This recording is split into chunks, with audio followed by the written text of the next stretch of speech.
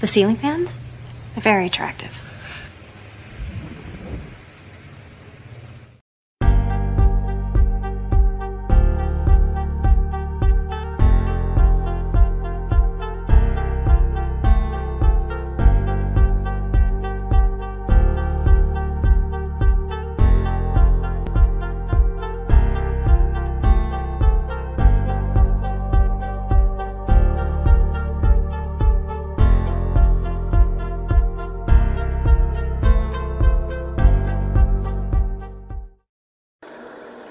Information's out there. All you have to do is let it in. It's 10 p.m. Do you know where your children are? The Incredible Hulk will not be presented this evening.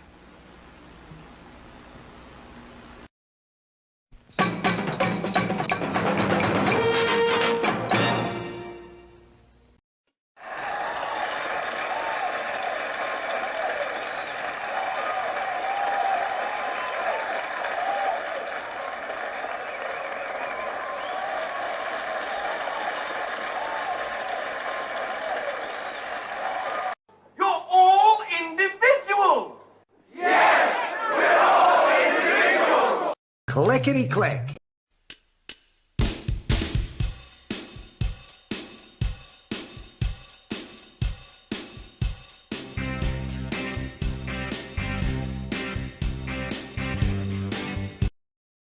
Crank up the music. Keep an eye on the back. This presentation is provided to you to amuse or entertain and not to conform or inform. The content on this channel should not be used to replace professional, financial, medical, or legal advice. All footage taken and used from public sources falls under the fair use of the Digital Millennial Copyright Act of 1998. Therefore, no breach of privacy or copyright has been committed. This show is substantially sourced, not affiliated with any community, club, fraternity, or gang. Your cat may vary. I say, moo. Just jump to the...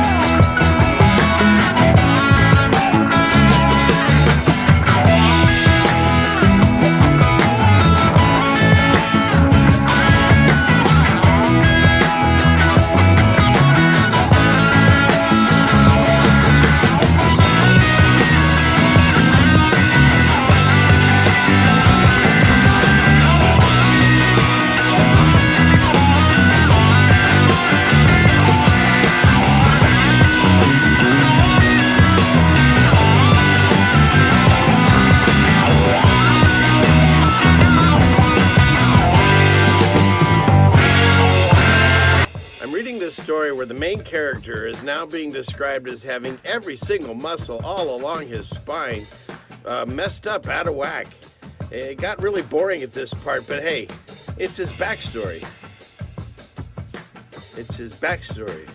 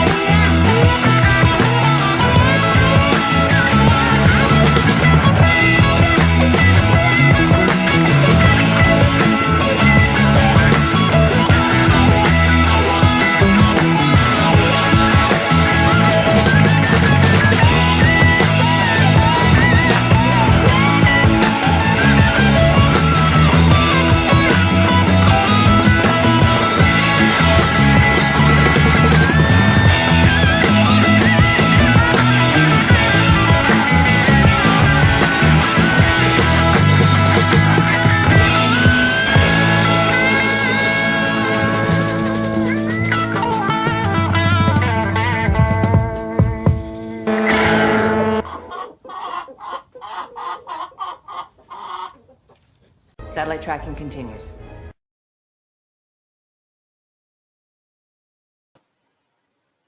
Wow. Hey, everybody. It's Friday night. We did it again. We're on the right side of the grass. So I'm really happy to see all these friendly faces here. Let me turn on my camera. Clickety click. Hey. So today's a little bit of a low energy night. I have not been feeling good for the first time, and I can't even remember how long. And so I debated whether or not to even do this show. And then I don't know. It sounds corny, but I wish I didn't care about you all so much. Because especially like I see in the chat and the things that people say and how much they look forward to, not just to me talking, but to this gathering, this wonderful gathering that we do here every Friday night. And so, God willing, I'll make it through this broadcast. If not, I also have a turn my pillow, it's upside down. I also have an interview that I did with Josh Monday, and no one's seen that. I don't believe he's aired it yet either, but he sent it to me. So I think I might, if I have to bag out on this, I'll play that. So there'll still be stuff here. But I've got some tabs, and I made a few little videos for you all. And so we'll see how far we get. There's some things that, when you go to work, sometimes you have to go to work and you're not feeling good. And this is one of those days. But, we'll we'll fight through it together. So, and I just thank God that not only do I have this voice and this channel to express my thoughts and views of the world, and to hopefully help more people find God, but just the gathering, that people that are all alone in this world, because nobody wants to hear from someone that thinks opposite of the world, at least in the cancel culture that we live in. So why are we here? Well, let's see. Where's that guy? I can't even find it. Hang on, everyone. This one. I got nowhere else to go. And why am I here is because you all have nowhere else to go. And so I just felt compelled to do the show tonight. So enough of me whining. Let's get through this and see what we can do. So if I seem low energy, that's because that's why. So, okay. All right. So I guess first off, I want to thank everyone. Oh, look at this. Yeah, thank you. What is this? This happens the night before the darkness tries to prevent. Yeah, exactly. So my voice sounds beautiful. Thank you. It's the microphone. I think that's what it is. You all got me a microphone. So yeah, I am. I have a beautiful, wonderful, loving wife that has many years of nursing experience. And so she annoyingly tells me what to do, but it's always for my good. And a smart man listens to their wife. And I think of myself as a smart man. So this is really sweet. Yeah, my audience, you are the best. Oh, what is this? Josh is playing it Monday. Oh, okay. All right.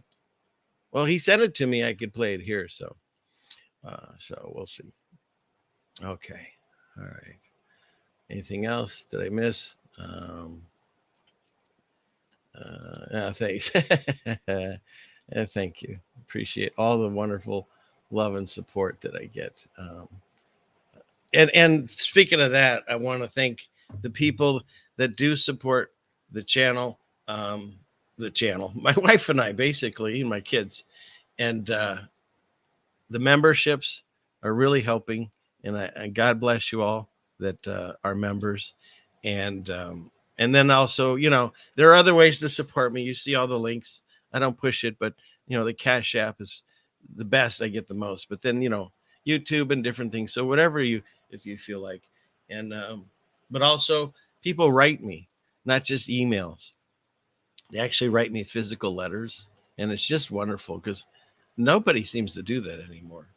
And so I wanted to thank Deborah for all the love and support that you've given me. And then, of course, how could I ever go over this without showing you my pen pal? And I complained last time, I believe it's Naomi, I hope I said it right, that she didn't include a joke, because she always would include a joke on her postcards. And so she included like 6 jokes on each one. So thank you for that. That's really sweet. Like for the upside down people, what do they call lazy kangaroo? A pouch potato. Excuse me.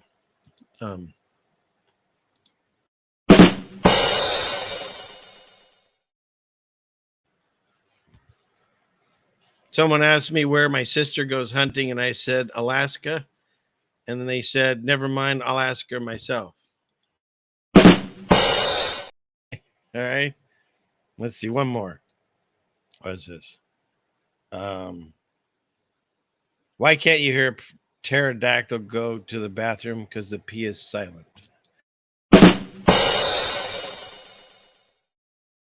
So thank you very much. And I have other pen pals. I got this one from Olive Juice. And and it has pandas, of course.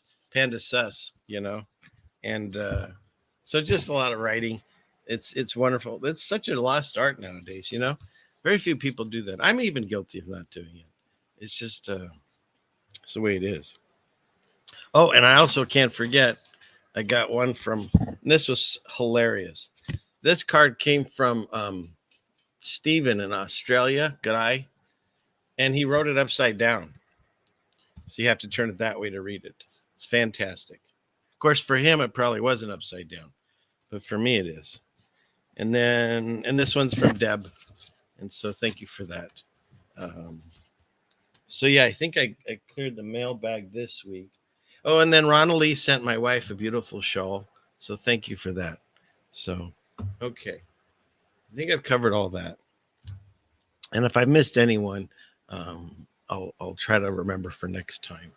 It's just, it's a little cloudy here tonight, a little foggy, but oh, thank you. God bless you. Known him for one of the longest people that I've known on YouTube land. We've gotten shoot, Christian, when we started, like 7 years ago, it seems like we were doing shows. But yeah. And yeah, you're getting lots of jokes tonight, more than you deserve. So, okay. Let's see, where should we go? All right, and Selene is here, and I think Melanie's in the room. So at this point, after this, I would say you're tardy if you come in after this. So just saying. And okay, so where are we gonna go from here? Let's see. We can. Oh, I know. Why don't we start with a funny? What I make? I made a few little things here. Where is it? Not there. Not there. Oh, and I have a Sarah video. Little quick one.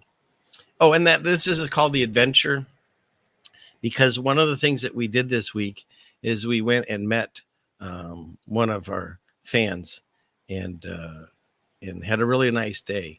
And so I put together a little thing on that journey. We'll look at that later.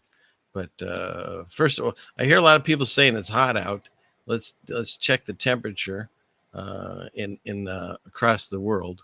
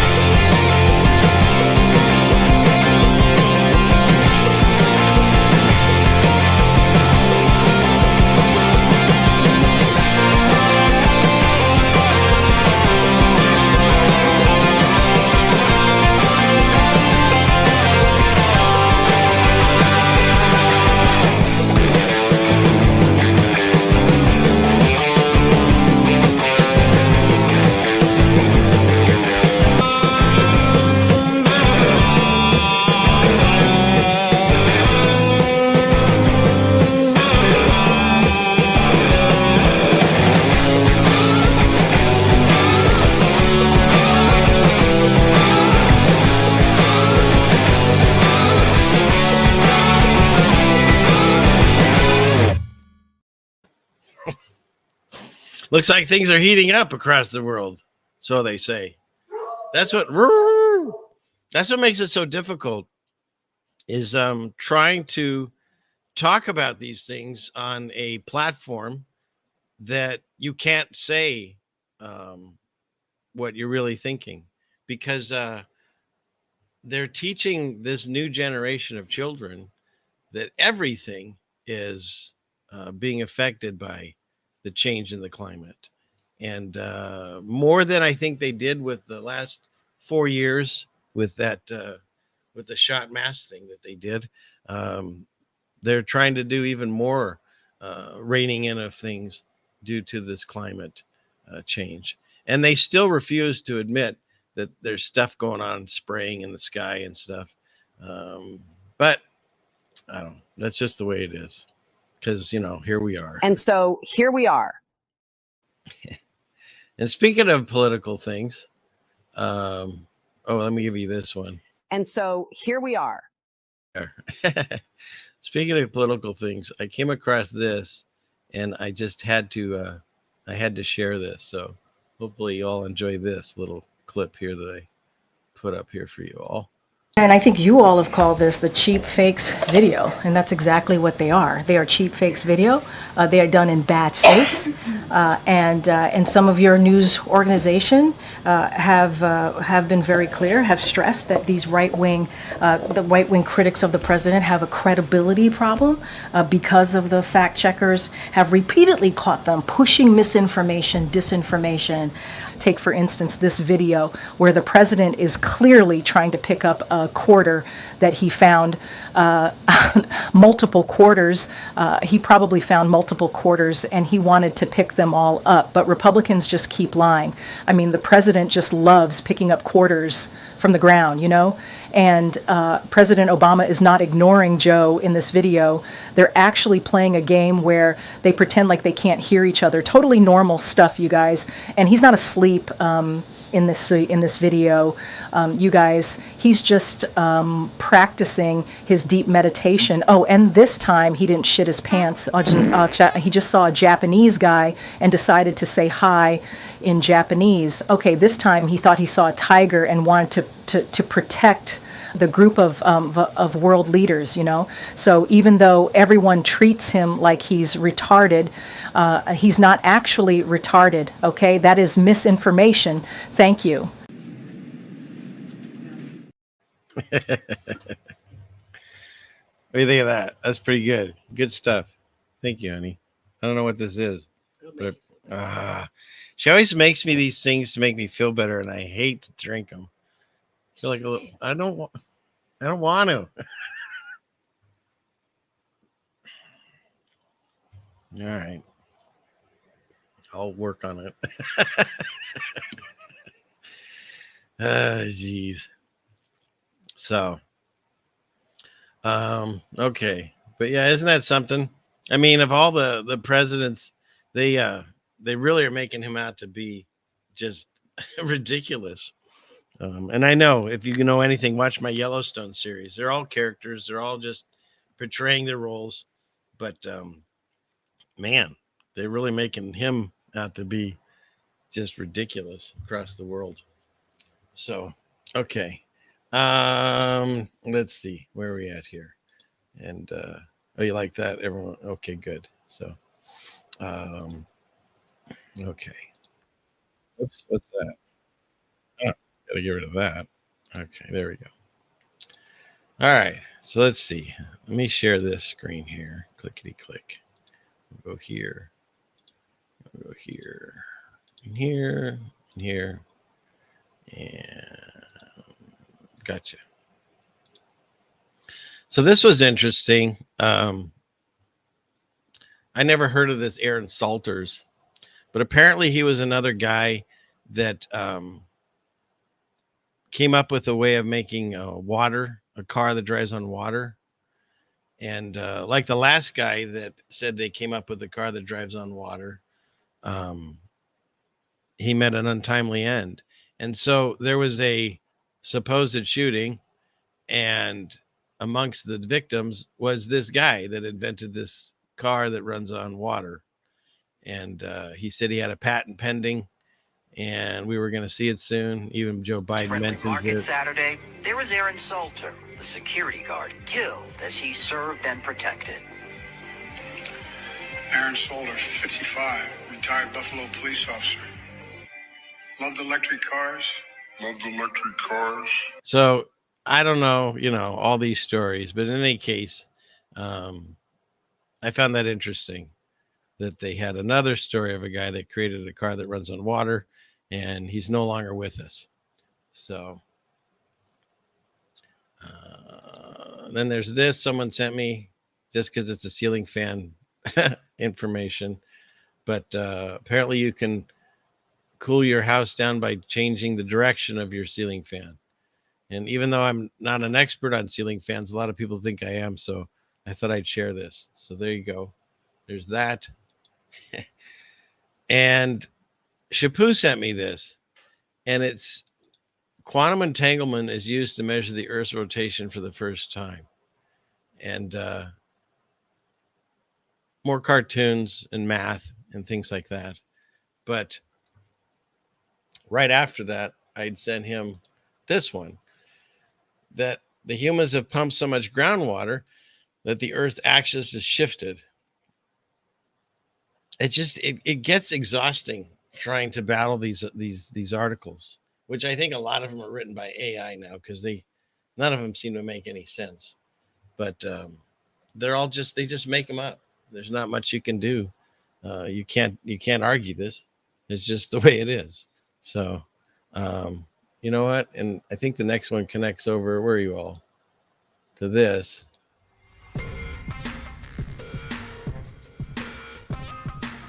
This week in scary space news.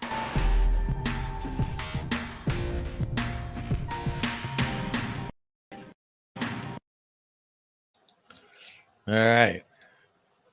NASA's Lunar Reconnaissance Orbiter spies China's Chang'e 6 spacecraft on the far side of the moon. So I guess it's this. Can we make this any larger? Let's see. Oh, there it is. Well, that's proof enough for me, right? It should be proof enough for you all. Looks like a blow up of some kind of weird cookie, and then I don't know what's going on there. But there you go. Proof that China's thing is on the moon. And then you got this. Scientists have discovered how old Jupiter's great red spot really is. And I don't know. What does this say? They originally saw it in 1665. And but now they're thinking it's a new storm. It's not the same one. I don't know. They don't even know. But here you got pictures and cartoons and stuff. It just gets real. Oh, that's cool. Oh, they're showing you the size of the Earth inside the Great Red Spot. So, although this could be, say, they took a picture from the satellite and found that, I guess. I don't know. Okay. Sorry, that's about all I had for scary space news. I did want to show this. God says in the Bible more than anything, do not be afraid. Because everything in this world is about fear. And he's the opposite of that. He's love and compassion and comfort. And all you have to do is make your relationship with God. And you'll find this. It doesn't mean that you're not going to have troubles in your life, but you don't have to fear things. Because if you know that God has you, nothing can pry you out of his hands. You have to ask to leave. And so if you find him, you won't have that fear anymore. You lose all fear. Okay. Okay, there we go. And this one troubled me. China may be using the sea to hide its submarines. I mean, these are actual articles. I mean, not this one. But yeah, China may be using the sea to hide its submarines. Sure. Okay. Where else would they hide them? What's next? One of these is a felony. And this was one of the funniest things. If you ever watch this video, you can still find it. Everything on here behind it was on fire and stuff. And the caption was, it's mostly peaceful protest. Meanwhile, this is a felony. But they do this on purpose just to make everyone fight with each other. Because if you're going to do this kind of mural and spend thousands of taxpayer dollars on it, and then put it on a street, a busy intersection where people drive across it, I mean, it's just to make us all fight each other. That's all it is. Netflix is remaking Star Wars, so we got that to look forward to. And this one, it seems so logical to me. If there's not electricity for the air conditionings, there's not enough for your car, because everyone's being told to plug their car into their house. So, okay, let's see. I think that's everything we have there. Stop that. Okay. All right. Well, let me bring up this quick little video that I made about what we did the other day, and see how I'm doing after this. Okay, hang on. All right. So I don't know if Ryan's in here, but if you are, this is a little bit of a Sarah video for you. Thank you, Daryl Dessa. Thank you very much. I really appreciate it. Dude. Okay. All right. What do we have? Well, hey, Rethink, I think you're tardy if you just got here. So where's your guy? Somewhere here. See? I'm all over the place. Really. Here we go. I don't feel tardy. I don't feel tardy.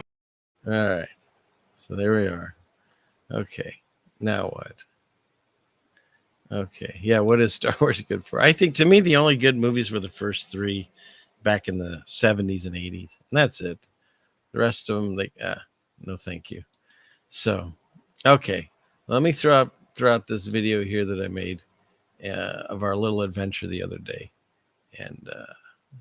And Sarah. And where is it? It is here. Here we go.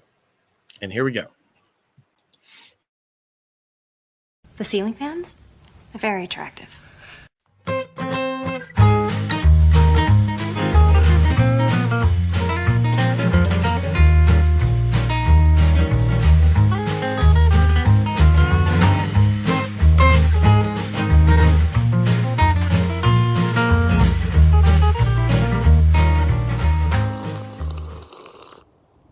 Okay, I don't know if it's actually a mission from God.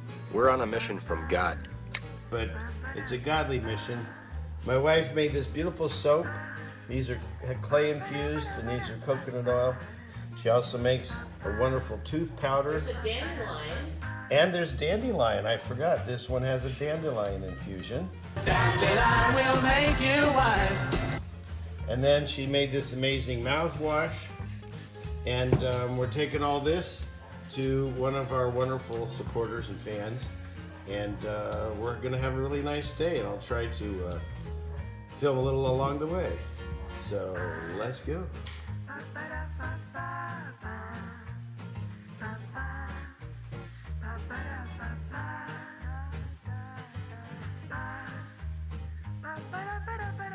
So it's shaping out to be a really beautiful day out. Sun's out. Time and temperature check. And I don't think this thing's working. I'm out today with the watchwoman, and let's see what trouble we can get into. I need to get a new one of these. Plus, this doesn't fit on the wrist very well. Sailing Fan Man here, incognito. We are going on a road trip. We're leaving the Batcave now.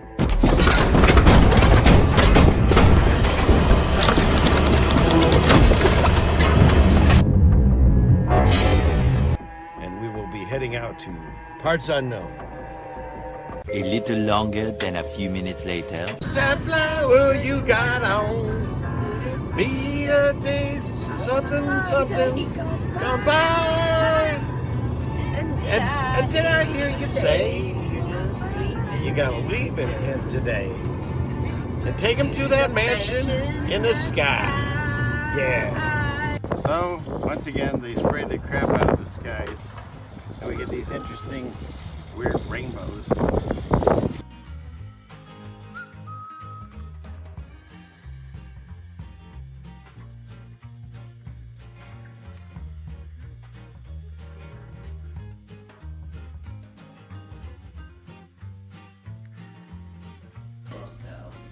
So there we go. That's the extinct volcano.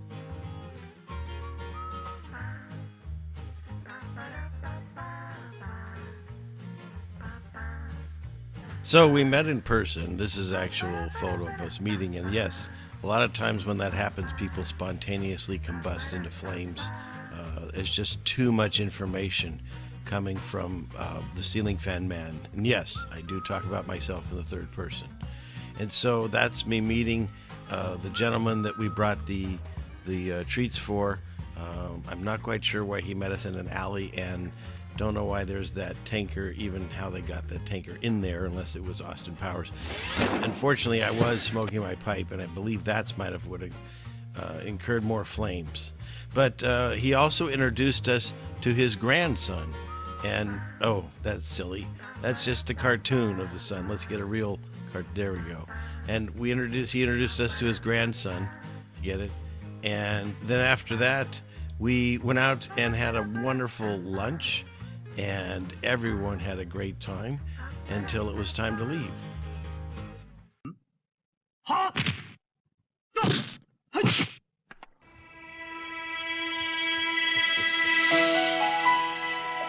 It's time for Ceiling Fan Man and Sarah, and kisses and tacos.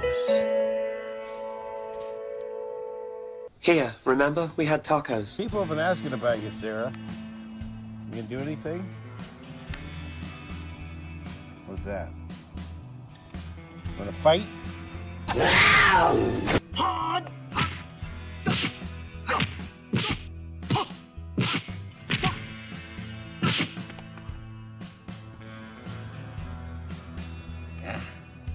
Got me. Satellite tracking continues. So there you go. That was our little excursion, right? So, all right. How we all doing? Thank you. I'm glad you enjoyed the little videos. Yeah, I'm telling you, I thought I could just power through this, but I am struggling. And so what I might just do is, like I said, I'll put up Josh's interview with me, and I'll still, yeah, I'm drinking it. It's gross.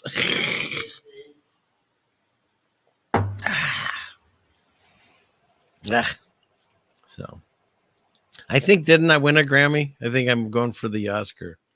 Yeah, I think I won a Grammy for my Elon song, which I can't even play here. If I play it, I get a strike for copyright because I sing that good. So, all right. So I think what I'll do is, because I got 100 people here watching, and the interview is really good. So I think we'll post that up right now and go from there. Okay. So yeah, it's got stuff like this. I don't know what's in it exactly. She never tells me, but it's stuff like that. Yeah. So, okay. All right. So we want to present. I think it's video file. And then we go to, where is it? This one.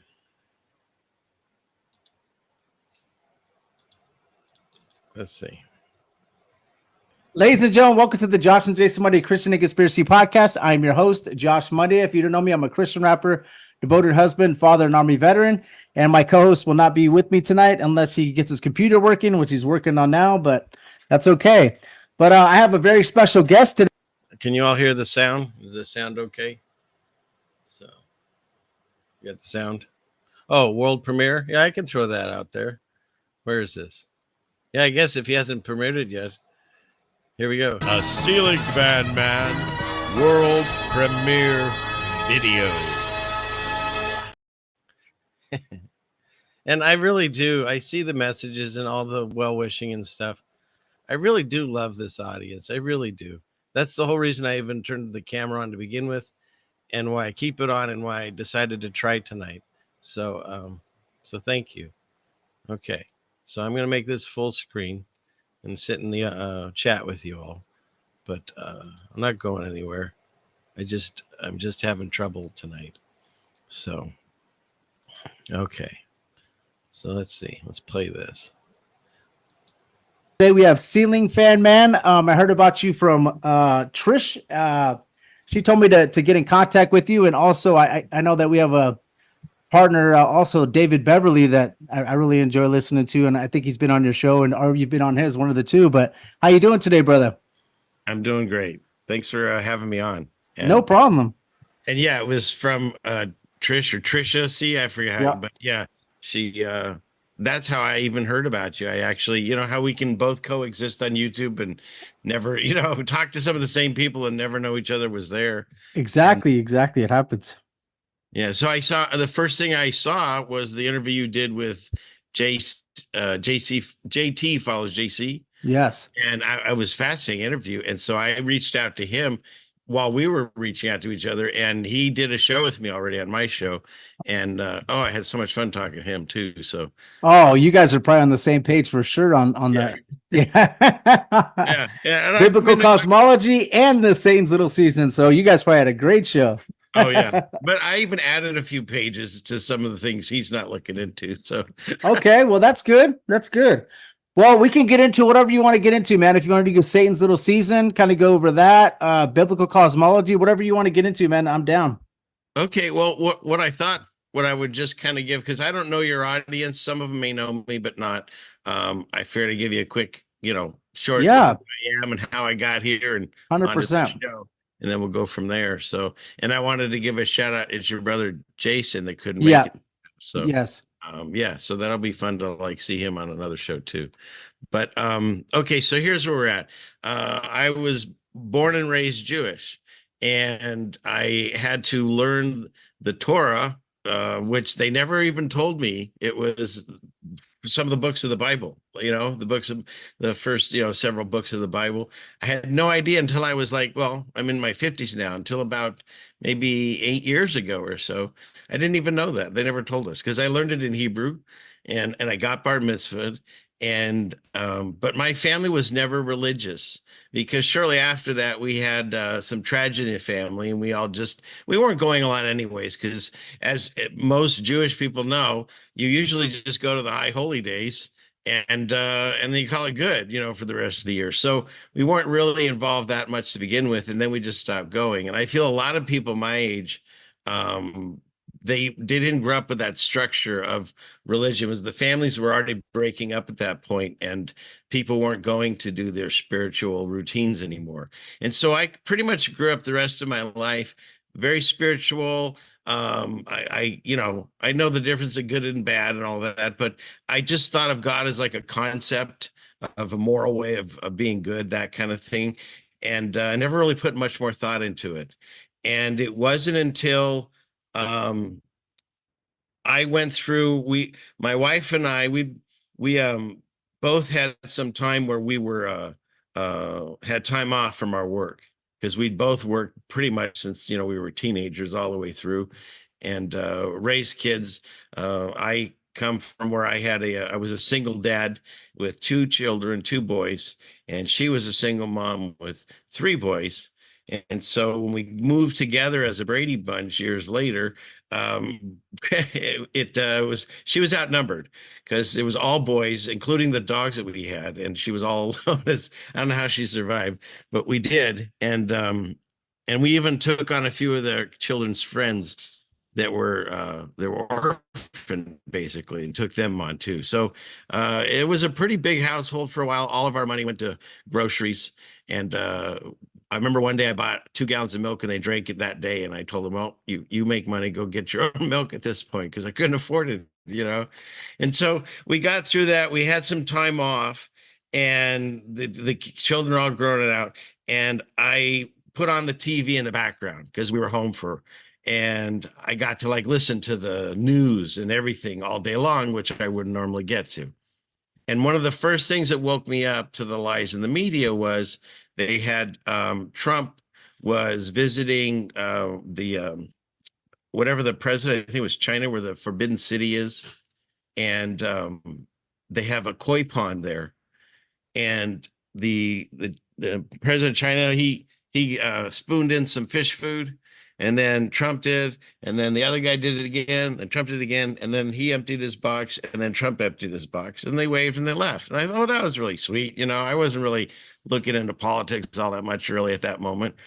And then later on that night, the news came on. It was probably, I don't even know, CNN or who knows what it was. It was definitely anti-Trump station. And they're like, look what your impatient baby president did today. And they show the clip of the Chinese president, he's scooping the fish, and then they cut to Trump just dumping his box. And they completely edited it. And I remember looking, I said to my wife, I said, that's not what happened. That was weird. And so that was the big progression of me seeing all these lies in the news.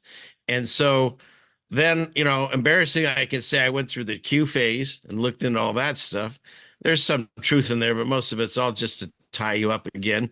Wait, trust the plan that'll never happen. Eat your popcorn and shut up and sit back. It's another control thing. And so when we got out of that, that's when we started looking into all kinds of things. And so pretty much I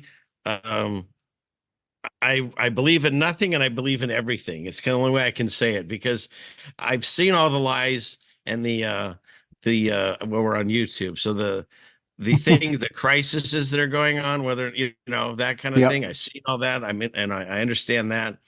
And then I don't know how your audience feels about all these other things, but I've seen evidence of whatever they want to call the Mandela quantum effect. So I'm on board with that. And what was the other? Of course, big biblical cosmology. I'm on board with that. And so what I was finding, though, is everything that I was looking into, they all sort of ended with this discussion of good and evil, God and Satan. And I remember talking to my wife saying, why does this always end up here? You can look up lizard people in Antarctica and there ends up some God and Satan, whatever. It always ends up there. And so one of the things that everyone was saying on these channels was the Bible is nonsense and don't read it. And so if you know anything about me, you tell me not to do something, I'm going to do it. So I went and my wife got, well, it's this one. My wife got me my first Bible, and green screen's killing it. But and I started reading it. And someone once described me, it even might have been David Beverly or someone that said I was reading it like with the eyes of a child, because I didn't have any of the, I don't want to say the word dogma, but all the preconceived biases. You didn't have the preconceived biases going in, I would say. That's Correct. What a lot of people have. Yeah.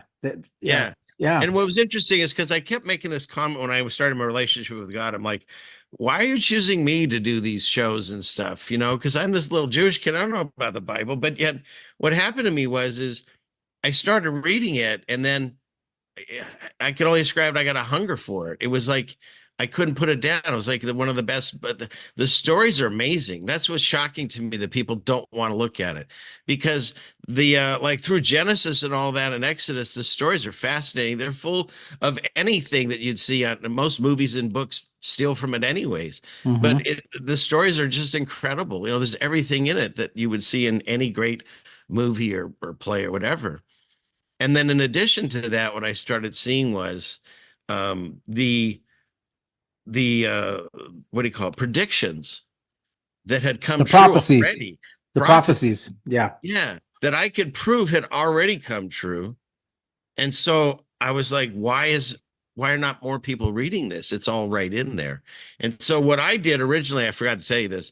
When I picked up the Bible, the first thing I read Revelations, because I'd wanted to see how it was going to end, right? If anyone's not read the Bible, do not do that. It's scary as hell, and it doesn't make sense, Yeah. So then I went back, and that's when I started reading it all the way through, and I read it from beginning to end. And like I said, the more I read it, the more I was excited to read it and get more information from it. And then I also found, like, you can find in Psalms and Proverbs, you can find not just things that'll bring you peace to whatever you're dealing with, but you can literally, if you read through those, you can just feel all of the emotions that went through as a David and Solomon later, and a lot of the things that we're experiencing too. And so So what I ended up doing was, um, I had this moment in my life where I was really, just a lot of really bad things going on, and it was at a breaking point. And I didn't even know this passage yet, but I got down and prayed and asked if, if you're real, I'd like to. I don't remember exactly how I said it, but I'd like to have this relationship. I'd like to meet you and whatever. And to anyone that's been saved, you know what I'm talking about. It just, when it happens. I had a crazy day the rest of the day that I've never really gone into on air, but it just, there's things that happened that have convinced me this is all, it was real. And Yeah. and it was an amazing moment. And so then I was off to the races with this. And so the more I was, reading the Bible, but also looking into all these other things and finding out all this information, it was in God put in my heart that I need to share this because I have a voice to do this. Yeah. I have a background where this was what I wanted to do originally, radio and television. That's the degree I had. So I'd always done editing and things like that. So for me, it wasn't that big of a switch That's to fascinating. start doing a show. I was originally a call-in. I was calling in on Brian Stavely, if you know him, he has a show. And I was a caller there, and I had started researching satellites. And someone had said to me, if you look up satellites, all you get are cartoons, Yeah. And I've said it many times now. Anytime they send me a cartoon as evidence, I say it's sus, Yeah. Like 100%. right? Bro, it's the crazy part is a lot of people during Trump's administration and also during 2019 event woke a lot of people up, man, to the Bible, which is very interesting. And also, so are you saved? Like, do you believe in Jesus Christ now? And you're totally saved? Yeah, and baptized. How too. amazing, bro. Yeah. This is awesome. I love this. Yeah, so that's true. You did come as a child and then you just want more and more. And as you start reading, I know, man, it really draws you in. And God wanted to use you. And God was always there for you, man. I know you said that you want to have the relationship. Yeah. He's always there, bro, just waiting. But I just love that. And so start out with the satellites, the CGI photos of the satellites. Okay. Is that that's kind of what you you see what's behind me? Yeah.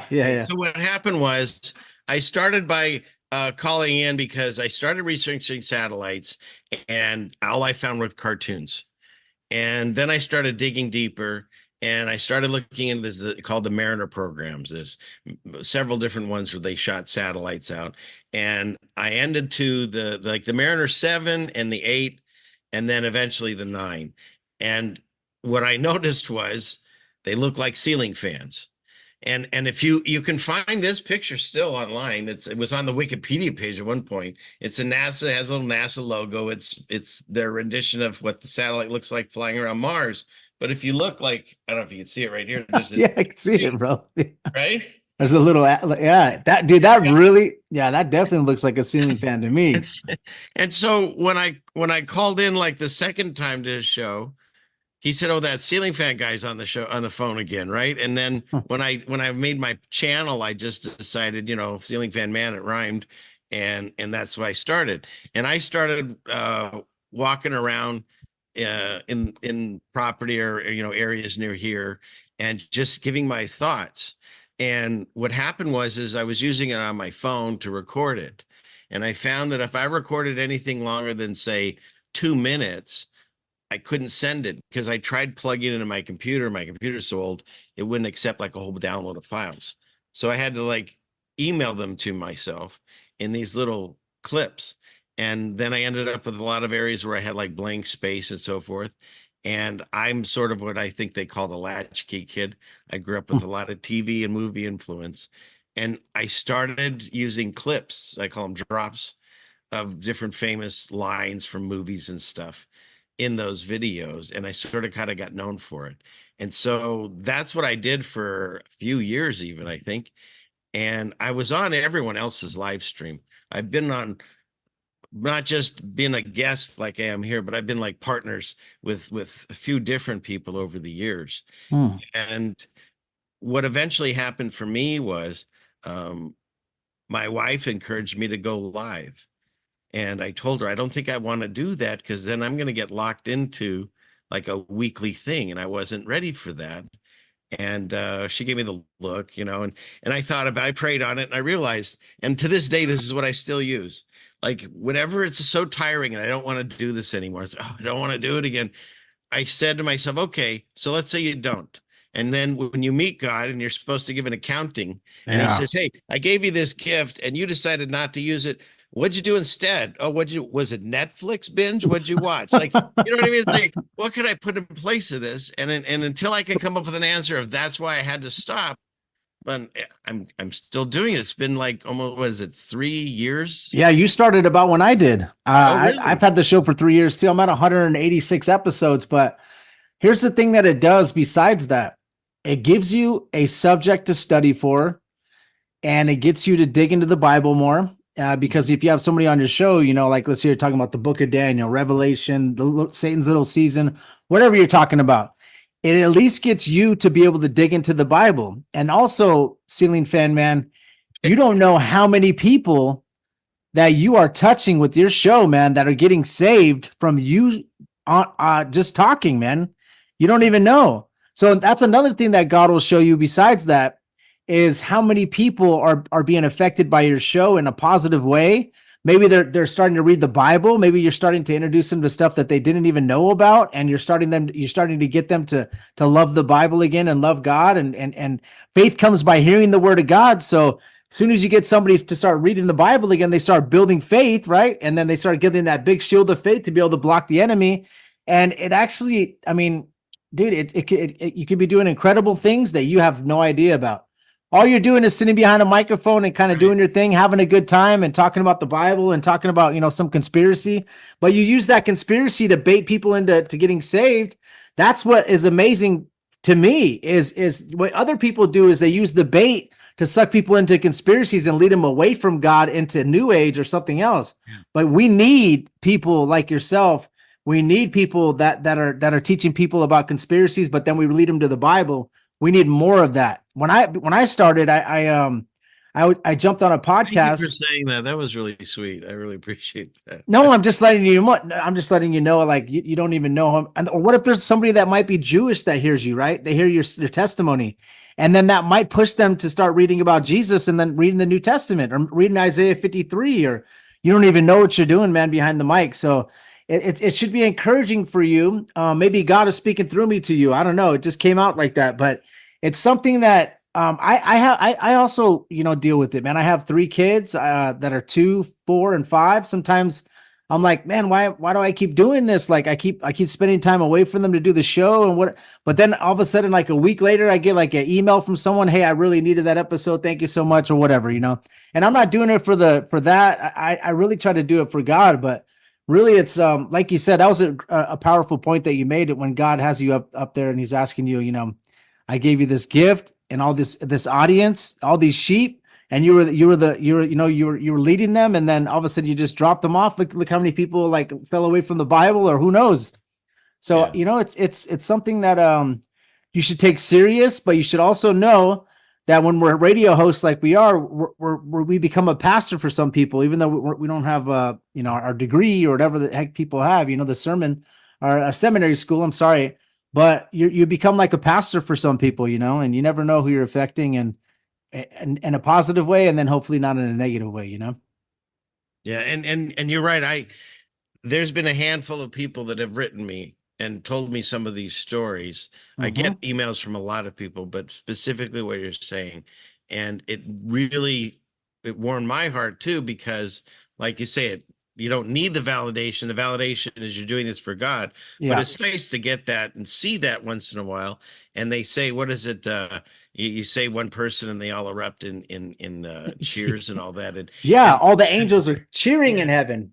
And the first time I got one of those letters, it said, thank you for, you know, like you said. Yeah. I was like, yeah, you know, I was like cheering up with them, like, 'cause I know you guys are doing it. So Yeah, and God is working with you. He's with you, and for you to be Jewish and then get saved, that really is a big thing too. Because then you read Revelation, you read Daniel, and you're like, oh well, hey, I got saved before all that stuff happened, which is another amazing thing. And I think that's a lane that, like I said, you can help a lot of people with. But so so with biblical cosmology, did you ever read the book of Genesis before you came to the Bible or the Torah ever?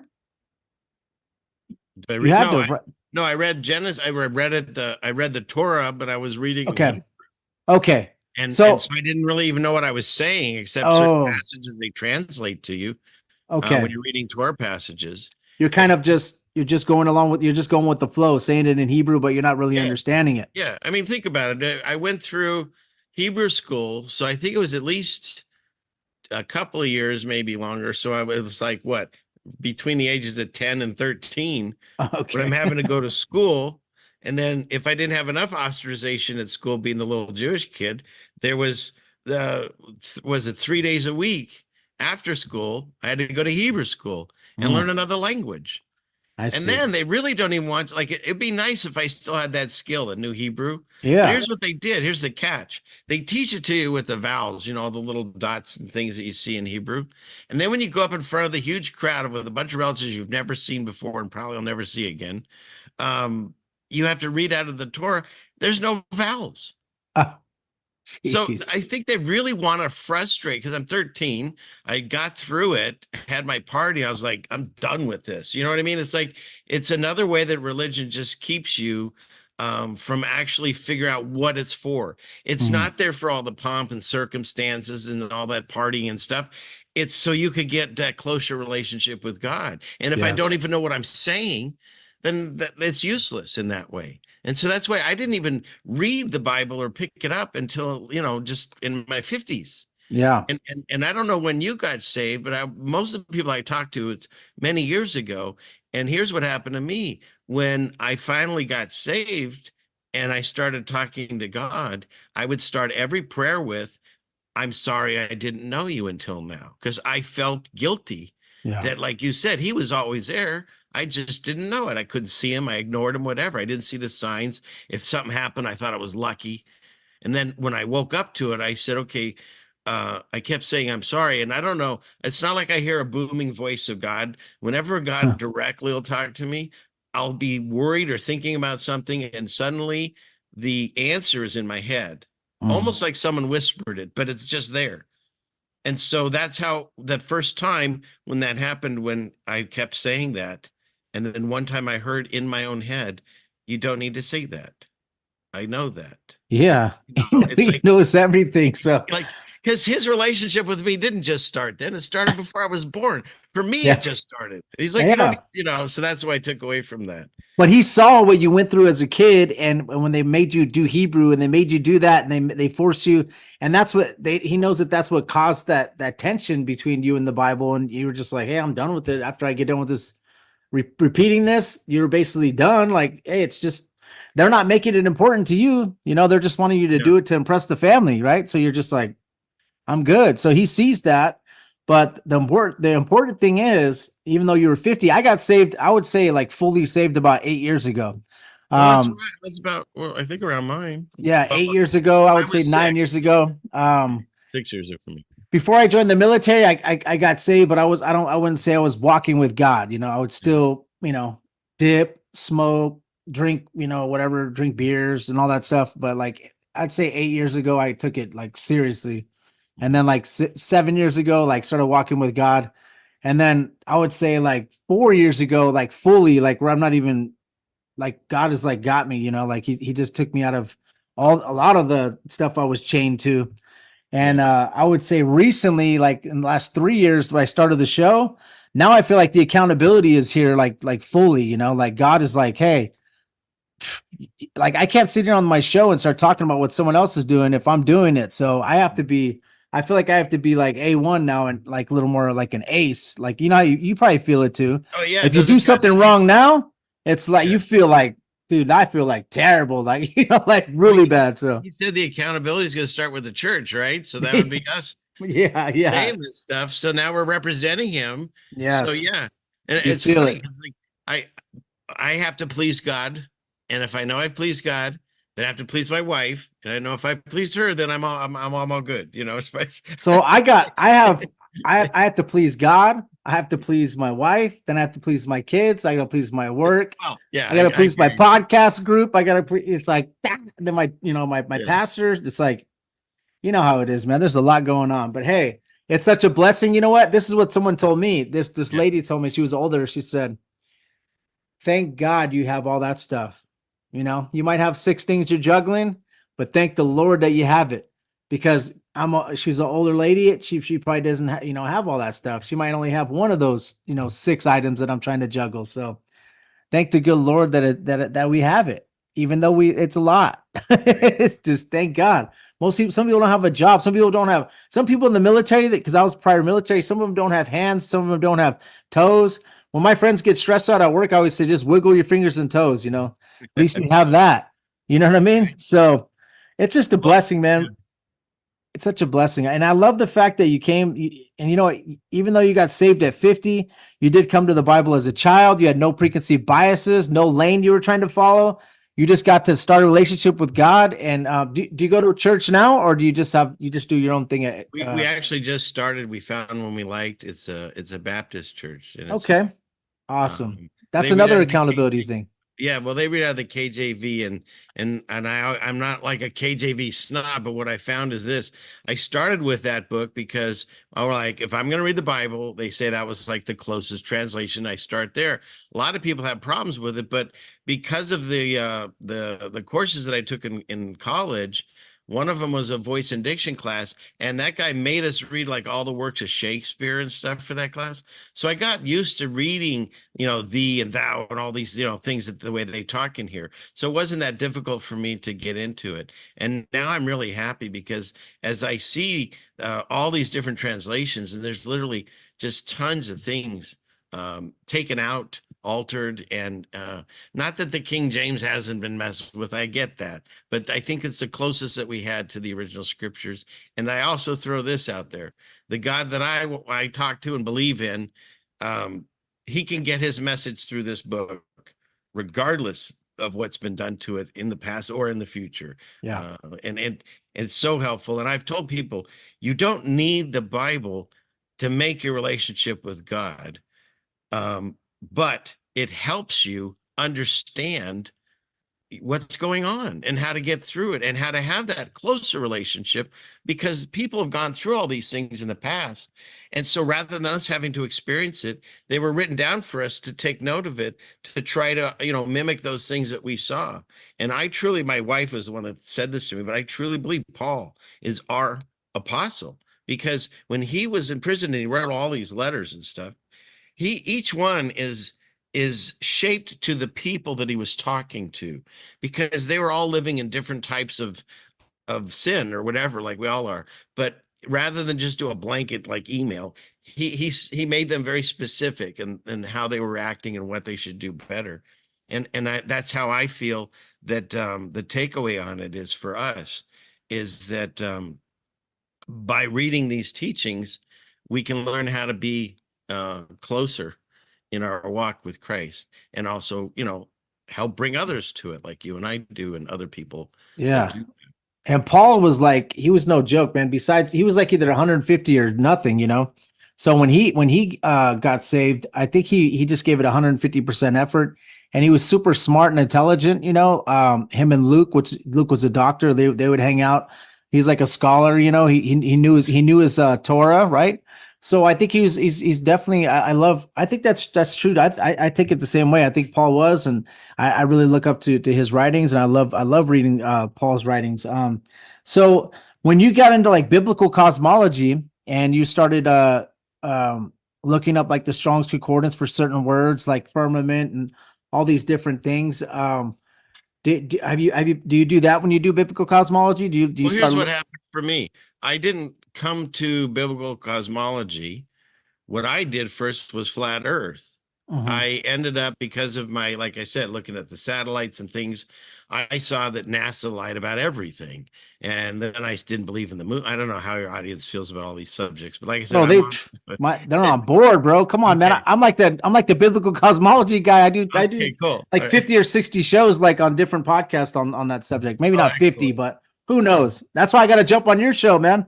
If you're down to do a 9 o'clock one, I'll come do my sermon, man. I got a sermon on it. I love it. Okay. All right. We'll talk about but what happened I step on a lot of toes and don't even realize it as I, mow through these rooms. So what happened with me was flat earth. That's what they were calling it. And I got in with, watching and doing shows with a lot of people because NASA lied. The moon landing, I realized, was all BS. And as it continued on, then what happened was I started seeing that the group that I was with, none of them wanted to talk about God. None of them wanted to talk about the Bible. None of them wanted to say why. Like, they stop. It's you get to a level and they stop. And so, the lies of the news and everything going on, you realize, okay, why is it all being lied to? Oh, don't worry about it. Don't ask that question. Just know they're lying. And then where do we live? We're not on a ball flying through space and all that stuff. Well, why did they lie to us about that? Oh, don't worry about that. Don't bring in your religious BS with this, right? And so then I left that group, and then like even the Mandela effect, which I truly believe in, then like, why is it happening? How is it happening? Who's doing it? It'll never answer any of those questions. But what I did take away from it is, to me, it proves this, quote, supernatural world we live in, because it proves the existence of God for me. It proves that we're living in different things that we were told on how, and so like the miracles and stuff in the Bible make perfect sense to me if you can see these things going on today. And so what I found is no matter what subject, nobody really wanted to discuss God or the Bible. So I just started doing my own thing. And when I envisioned it, I wanted to do like a variety show like David Letterman, and just be goofy, talk about news, throw a pencil around, that kind of idea in my head, And so that's kind of where I went with my show. I made it more of just a fun, entertaining comedy show. But I would also mix in the ideas of the Bible that I was reading. And then one day God put in my heart that I need to discuss about Jesus. And I woke up that day and I went up to my office and go, I need to start talking about Jesus now, And so I did. and so I went into that and really took that on too. And about salvation and the truth and all of that. And then as I progressed, well, I was talking, someone played a show that I didn't even remember I'd done it was like 3 years ago. And at that time I was discussing how I felt I was in the short season already then. And I didn't even know there was words for it or whatever until what happened was I brought it up again because I do a lot of shows. There's a gal named Jen, Truth Seeker 69, and her first partner was Steve, and I did shows with them, and then also Shapu now.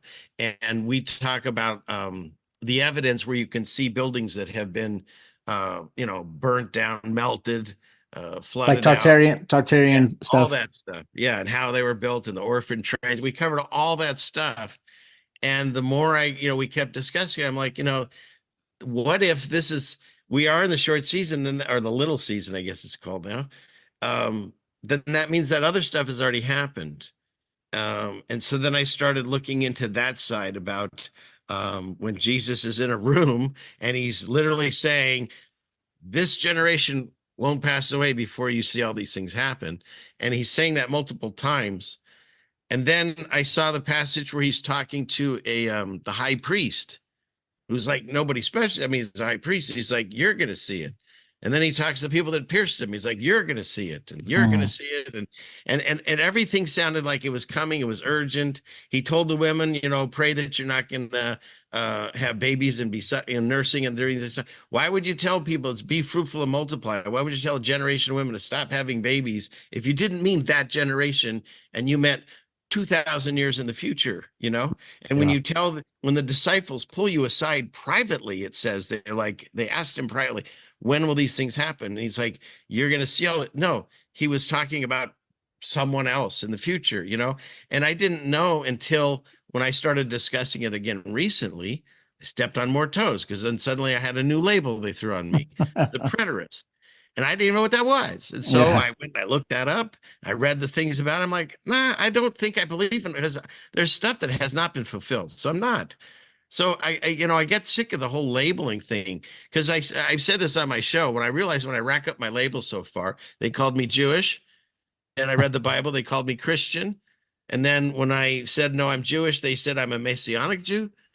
And then when I said, well, I take the Bible literal, they call me a literalist. And then when I said, I think that, the millennial reign stuff would happen, and they called me a preterist. And then I said, I don't believe in all of it. They call me a partial preterist.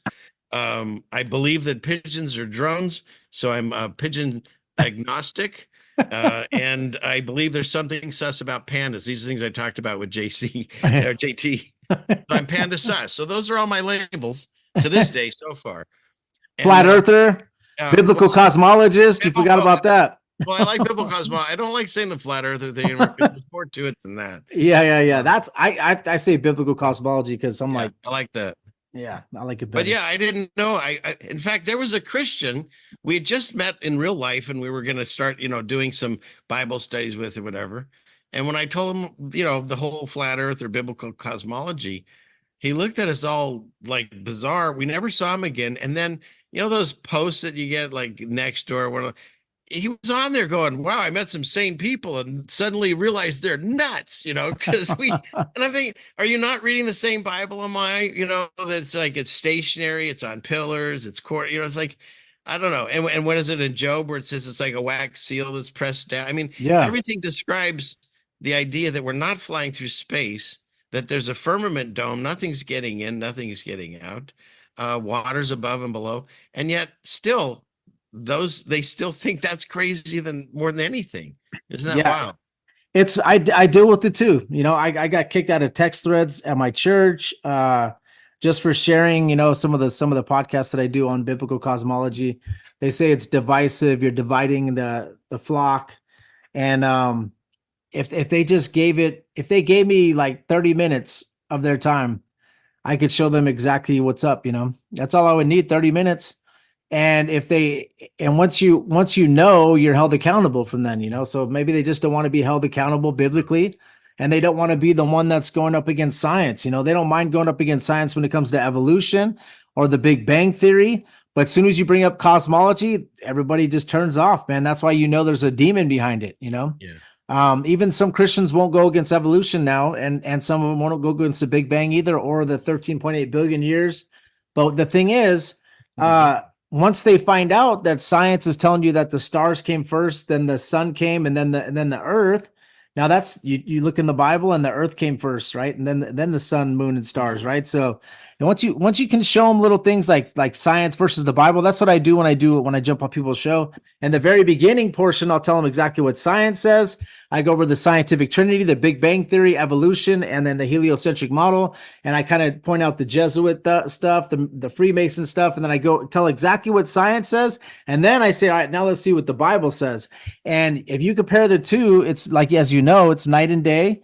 And you could tell that Satan gave us an inverted model and an inverted version so that, he perverts everything, and he wants to make it so it's complete opposite. And that now, but some people aren't ready for it, and I'm not trying to be a jerk or Bible thump people, but, I just tell people. Can I ask you, did you try to talk about this in your church? Because I've made the decision. I think I'm going to not.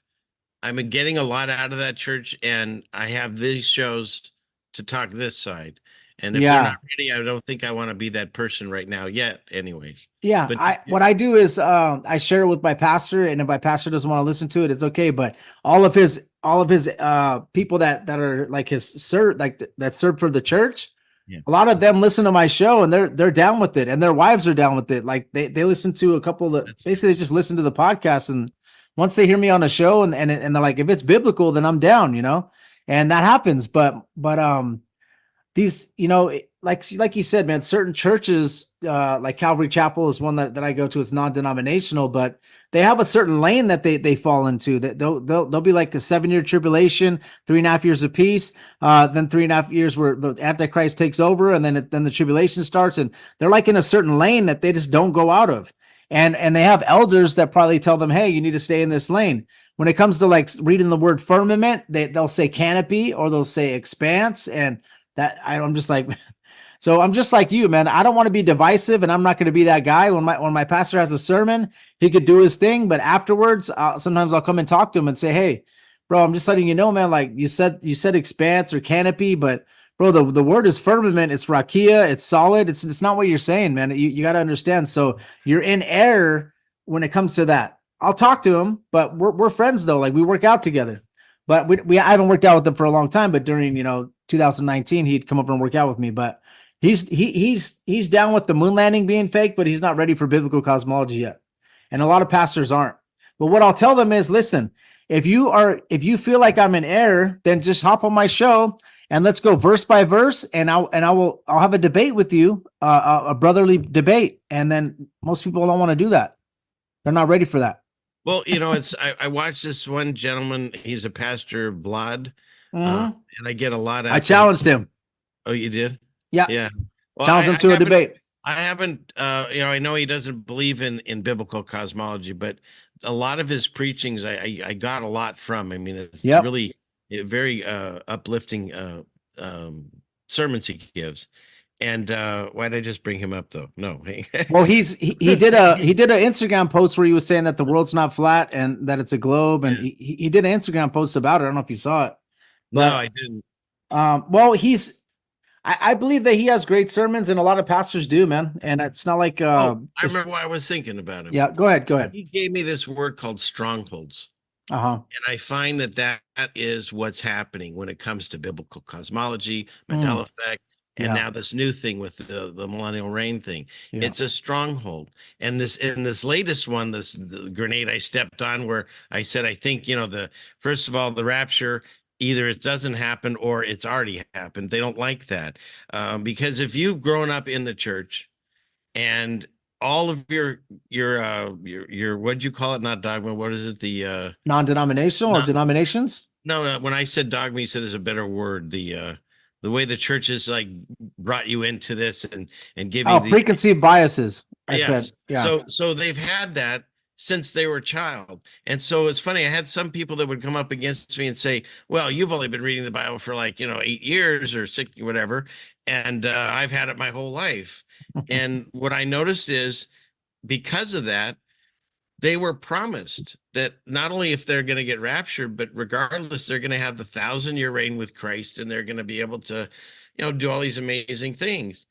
And here comes along a guy like me going, hey, maybe it's already happened. They don't want to hear that. And I understand it. It would be like saying everything that you've worked on all these years was wrong. And it's really a hard thing to break through. And so like everything else, I'll just keep talking my truth. I'll show my evidence. And when you discuss this subject, I can bring up multiple. I think when I had I had a show, a few that I've done where I had 15 to 20 different passages that I believe shows that Jesus was. I mean, otherwise you're going to tell me that he's not telling me the truth, and you'll never make me say that Jesus ever. No. It's not going to happen. And so when I take Jesus for his word, he tells me it's going to happen. It already happened. And then, of course, then you mix in all that stuff with the melted stuff and who is it, Nero and all that stuff. I mean, we covered all those things. It seems to line up because otherwise, once again, you got a topic. Okay, all these buildings, first of all, we don't know how they built them. And second of all, we don't know how they got destroyed, and we don't know why some of them are buried. There's complete cities on top of other cities and stuff. We have no answer for that. Well, I do. It's in here. It's in Revelation, and Jesus said, all these things are going to be happening. And if they already did happen, that would explain a lot of things. Like for me, Pangea, it's that, again, that's the science word for it. But what if there's parts in the Bible and Revelation, was it Jesus, he smashes and the mountains shift. And there's one part where God says every mountain got moved out of its place and every island and stuff. So to me, that's probably what happened if whatever Pangea is, because we used to be way closer. Now we're still closer than those maps show us, I believe. But I believe that's what happened there. And so now, everything's kind of up for grabs as far as what really was originally Babylon here or there. One of the things he says is nothing will ever grow there ever again, and no animal will dwell there. And when you look at all the deserts that are, throughout that area in there, and then what do they just find? All kinds of, not just like buildings and cities under the sand, but also like there's another level that has trees and water and things, so, that could very well be, another evidence of that. Can I prove any of this? No. But just like anything else, they can't prove their side.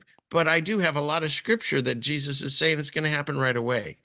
And I would think if he's talking to them, why would he make them think it was going to happen right away? And then it never happened. And then they died. And then 2,000 years later, it happens. It doesn't make sense to me.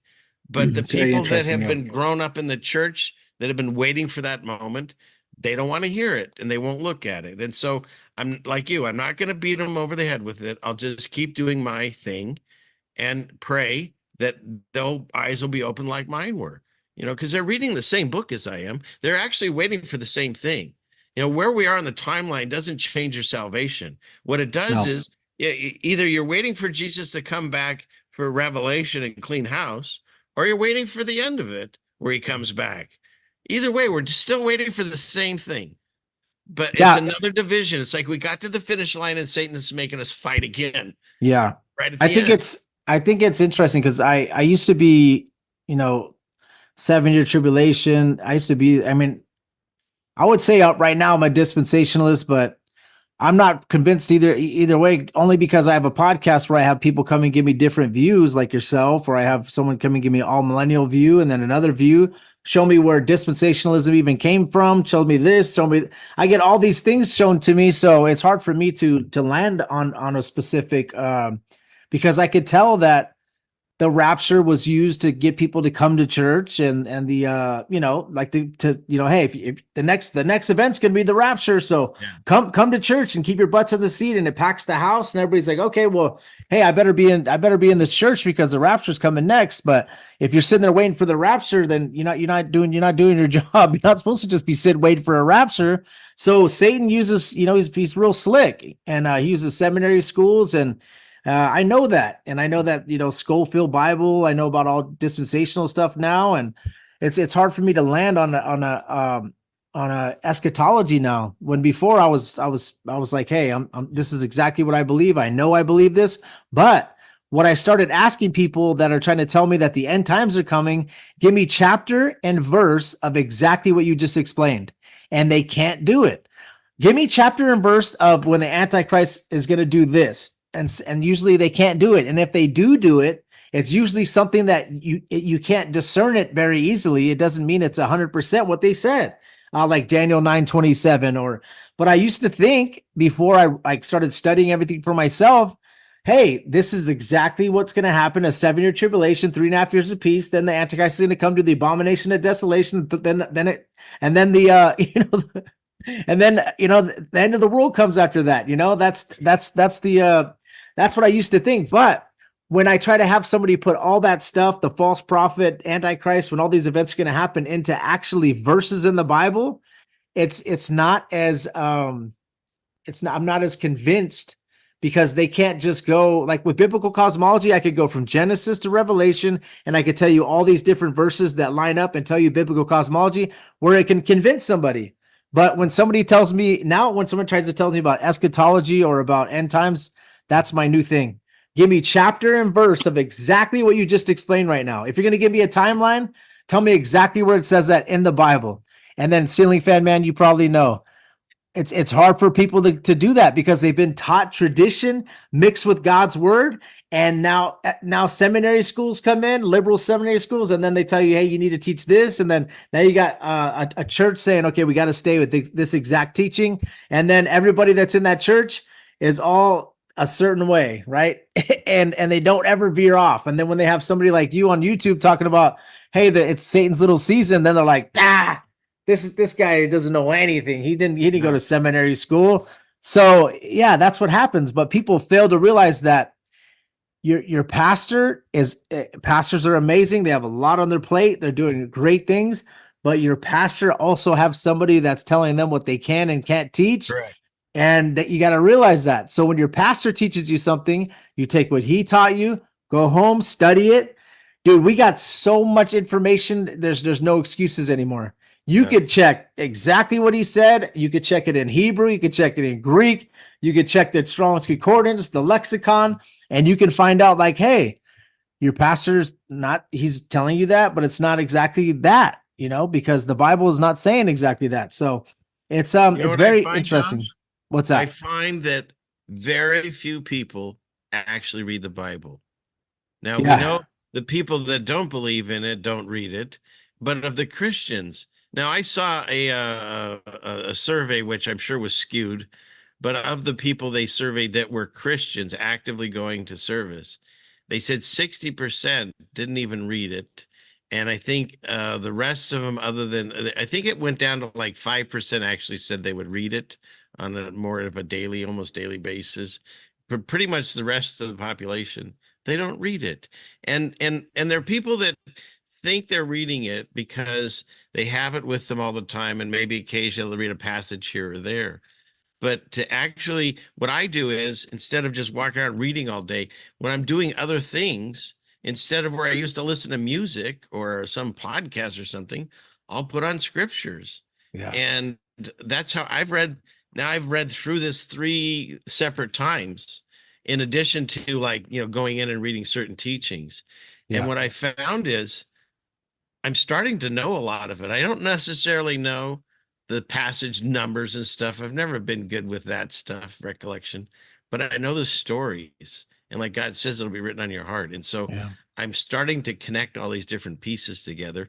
I read the book of Enoch, and I'm reading the book of Jasher and the Apocrypha books. Is that how you say it? Yeah. And so I don't use those to disprove the Bible. I use those to help enhance it and fill in areas, because I'm finding things that make sense to me, that when the Bible passage just kind of stops, all of a sudden you pick it up over here and it kind of explains a little bit more of what went down, Yeah, that's what you're supposed to do. It's like a historical thing to go back and read. And if you know, like the book of Jasher, it even says in Joshua 10:12, does it not say that in the book of Jasher? You go to the book of Jasher, it says it. So you're like, okay, well, Joshua said that, you know what I mean? He must have been reading it too. So, and also the book of Enoch is quoted a few times. Like I said, I don't put the book of Enoch as scripture, but I put it as like you said, it puts a microscope on certain things. Yeah. If it doesn't line up with the Bible, then I just take that and put, I don't think that it goes back to Enoch. That's the thing. There's historicity to a lot of the books of the Bible. The historicity of the book of Enoch, I don't believe goes all the way back to Enoch. So it kind of is an author that is representing Enoch. I don't believe that Enoch wrote the book of Enoch. I see. Yeah. And I know the book of Enoch 1 and 2, those are Gnostic, but the book of Enoch, one that you're referring to, I don't think Enoch wrote it. So that's why I'm saying the first book, that's the one I read. Yeah. And that's one I also study from too. And I find out about biblical cosmology. Adam and Eve. Have you read those? The books Adam and Eve? No, not yet. No. Those are fun. I've done some podcasts on those actually with a few people, and again, fills in some pieces that make sense. Yeah. It explains where sacrifices started from Adam, and he gets gold, frankincense, and myrrh. Just like there's a lot of things that match up. Just be careful with the Gnostic texts. What the Gnostics did is they call those when they're not in the canon. Well, no, some are Gnostic texts. Like what they do is they take characters from the Bible and then they write, like the Book of Thomas is one, Enoch 1, Enoch 2. There's certain Gnostic texts. There were Gnostic Christians, and what they would do is they would take a character from the Bible and they would act like he wrote it. So, but the Book of Enoch, the one that you're referring to, I know that you're referring to the one that I'm referring to. That's different. That was actually in the Dead Sea Scrolls. But right. And a lot of people that I know that are theologians and people that are that real deep into studies, they'll read the Book of Enoch, like Chuck Missler, this guy Ryan Peterson, he's a really good for me, I look up to him as an author. He's really good. But they read it because you could go back to historical texts and I think that the authors that wrote the Bible, I think they read the Book of Enoch, I believe so. That's why you see Jude, quote it, and then like they say Jesus quoted one line out of it. That's why you see that, because I think they read it. They read books too. That Well, they they weren't didn't have stupid. the Bible. They were living it, so they had books to read. But they had the Torah though, the ones in that. the New Testament, not the ones in the Old Testament. But all the stuff in the Old Testament is what Paul was saying is inspired by God, inspired scripture. It's all scriptures inspired by God. Like that's all the Old Testament, and the New Testament is inspired by God too. But like Paul's referring to those. So, and then in in Numbers 12 verses 4-8, God is talking about, he comes to Moses and speaks to him face to face, right? Mouth to mouth. He says that he comes to prophets and visions and dreams. So the whole entire Old Testament is basically validated, when God says that. So we know, Ezekiel, Isaiah, all the things that we go through with biblical cosmology is all validated. All the prophets, all the visions and stuff that I used to think, oh, that's a vision, so I don't take that serious. Well, who's the vision coming from? God says it comes from him. So now I take it really serious, Well, so there's things you can prove happened on some of those through Isaiah and Daniel and stuff. They Yeah. can prove those events came out, Yeah. a couple hundred years after they predicted it. Yeah. They're talking about people that weren't even born and stuff. On some It's of the, amazing, man. yeah. It's so amazing, bro. But That's the thing that it drives me crazy. People that don't even want to touch the book, because when they say, "Oh, well, I wouldn't read that book because King James, he's a Freemason, and it's been written and changed and this, that, and the other," and like, okay, who's telling you that? Oh, this book over here. Okay, so you're not going to put your faith in the book that took how many different authors over so many different different languages, and the fact that it got all put together that we can have it. That book you won't believe in, but you'll believe in Joe Schmo that did a podcast that said that's all BS. You know what I mean? So, yeah. so which The book Romans took it over and they rewrote it. I'm like, you're bro, oh still my goodness. choosing a faith in an author. You're just choosing the wrong one. Yes, amen to that. Yeah, I don't know if you've had people invite you on shows where they find out that you're a Christian, and then they're like, all right, then they're like, oh, like you have a certain subject that you wanted to talk about, and then all of a sudden they start grilling you on all this, all this stuff like that. It happens, and I have no problem with it, but it's just funny how they they switch it up like that. Oh, let me start grilling you with all these questions. I'm like, man, you should have told me that you're gonna have all these questions so that I can have, I could research the stuff, but instead I have to shoot from the hip. But it's all good. But it happens. But it's just still a blessing, and I'm glad that God could put us in that position. But and it's funny you said that, because that's one of the things that I started when I first started my walk with God, and I was doing my podcast. I said I took this word out of my vocabulary, and the word was luck. Because prior to that, if something happened, it was sure lucky, or what a cool coincidence. I took that word out too, and I replaced them with the word blessing. And every time something good fortune would happen or something coincidental, I go, that's a blessing. And when you do that, you end up counting your blessings. You can't disprove. God's right there. I mean, it proves it right there when you see all these works. And instead of deciding it was for just random chance luck, no, God's right here. And that's, again, like you were saying, the inversion of this world. Satan wants you to believe that you're flying through space on a ball, an insignificant speck of dust amongst thousands of other planets and galaxies and stuff. And you're insignificant. And when you die, nothing matters. It doesn't matter. No one will care, kind of thing. Whereas the opposite is you're special. And not that I'm more special than you, but to God's eyes, we're all special. And we're all like, that's the most important thing. And that's why we're the center of everything. There's one earth, there's a dome on it to protect us, and God's right above us. His throne is footstool, the whole bit. I mean, the biblical cosmology, it's so shocking to me that we even have that as discussions with Christians. Like I have people that watch me in other countries. I've got some from Australia. Yeah. So tell me this, Josh. When someone in Australia is praying to God and looking to heaven, where's he looking? Yeah, he's looking up. At the bottom of the earth. He's looking where? Down to me? Yeah. If you ask a child, where's God located? Where they say up. Where's hell located? Oh, it's down. When I was growing up, I always thought God was up, and everybody looks up and prays up. There's a reason for that, bro, because that's where God is located. He's up. Yeah. And also when God made the moon, sun, and the stars, he made it to light up the earth. That's what he says. Yeah. To light up the earth. Why? Because it's not to light up all these different galaxies. There's not 200 billion stars with planets all rotating around them with 20 billion Earths just like us, like Brian Cox would say. That's just not the way it is with the Bible. It's not talking about that. It's talking about the moon, sun, of the stars are in the firmament, and he made it for signs, for seasons, and to light up the earth.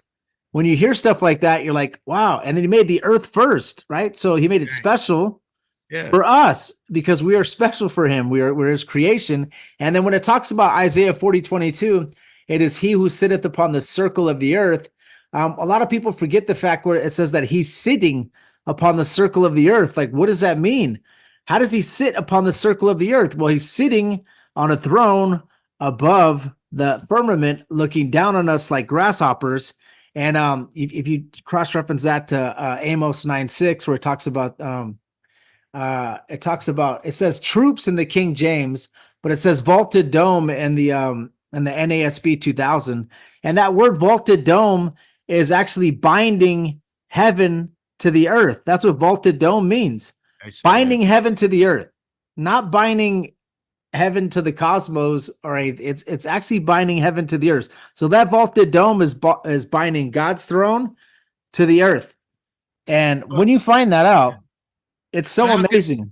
How could Satan take Jesus up to a high mountain and show him all the kingdoms of the earth, and some of them are on the bottom of the ball? You know what I mean? There's so many passages you can point to that just don't make sense. Every eye will see. Every eye will see. Yeah, that's literally going to happen. Every eye will see. Or in your case, already saw. Yeah, right. But what about the? That's funny.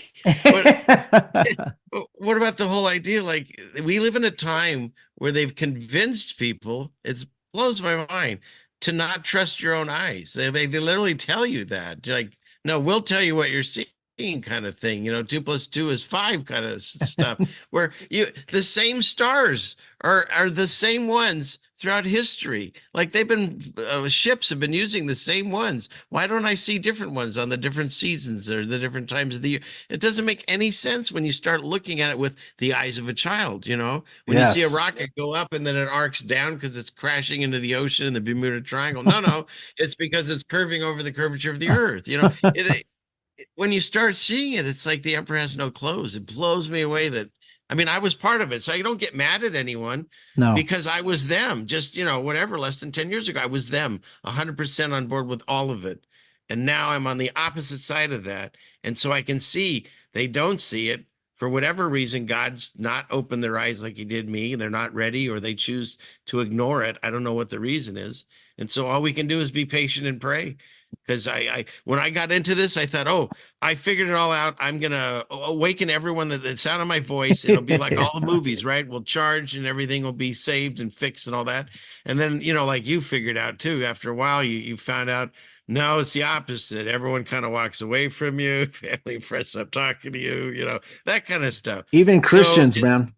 Yeah. And so, everyone, what is that line where it says, in the end, they could only save themselves. I think it was with Moses, and I forget the 3, but that's how it is. All we can do is present the truth, show how, like the light that we're supposed to be. This is what happened when I figured all this out. And if they want to choose to follow it, they can. And if not, we have free will. Yes, free will.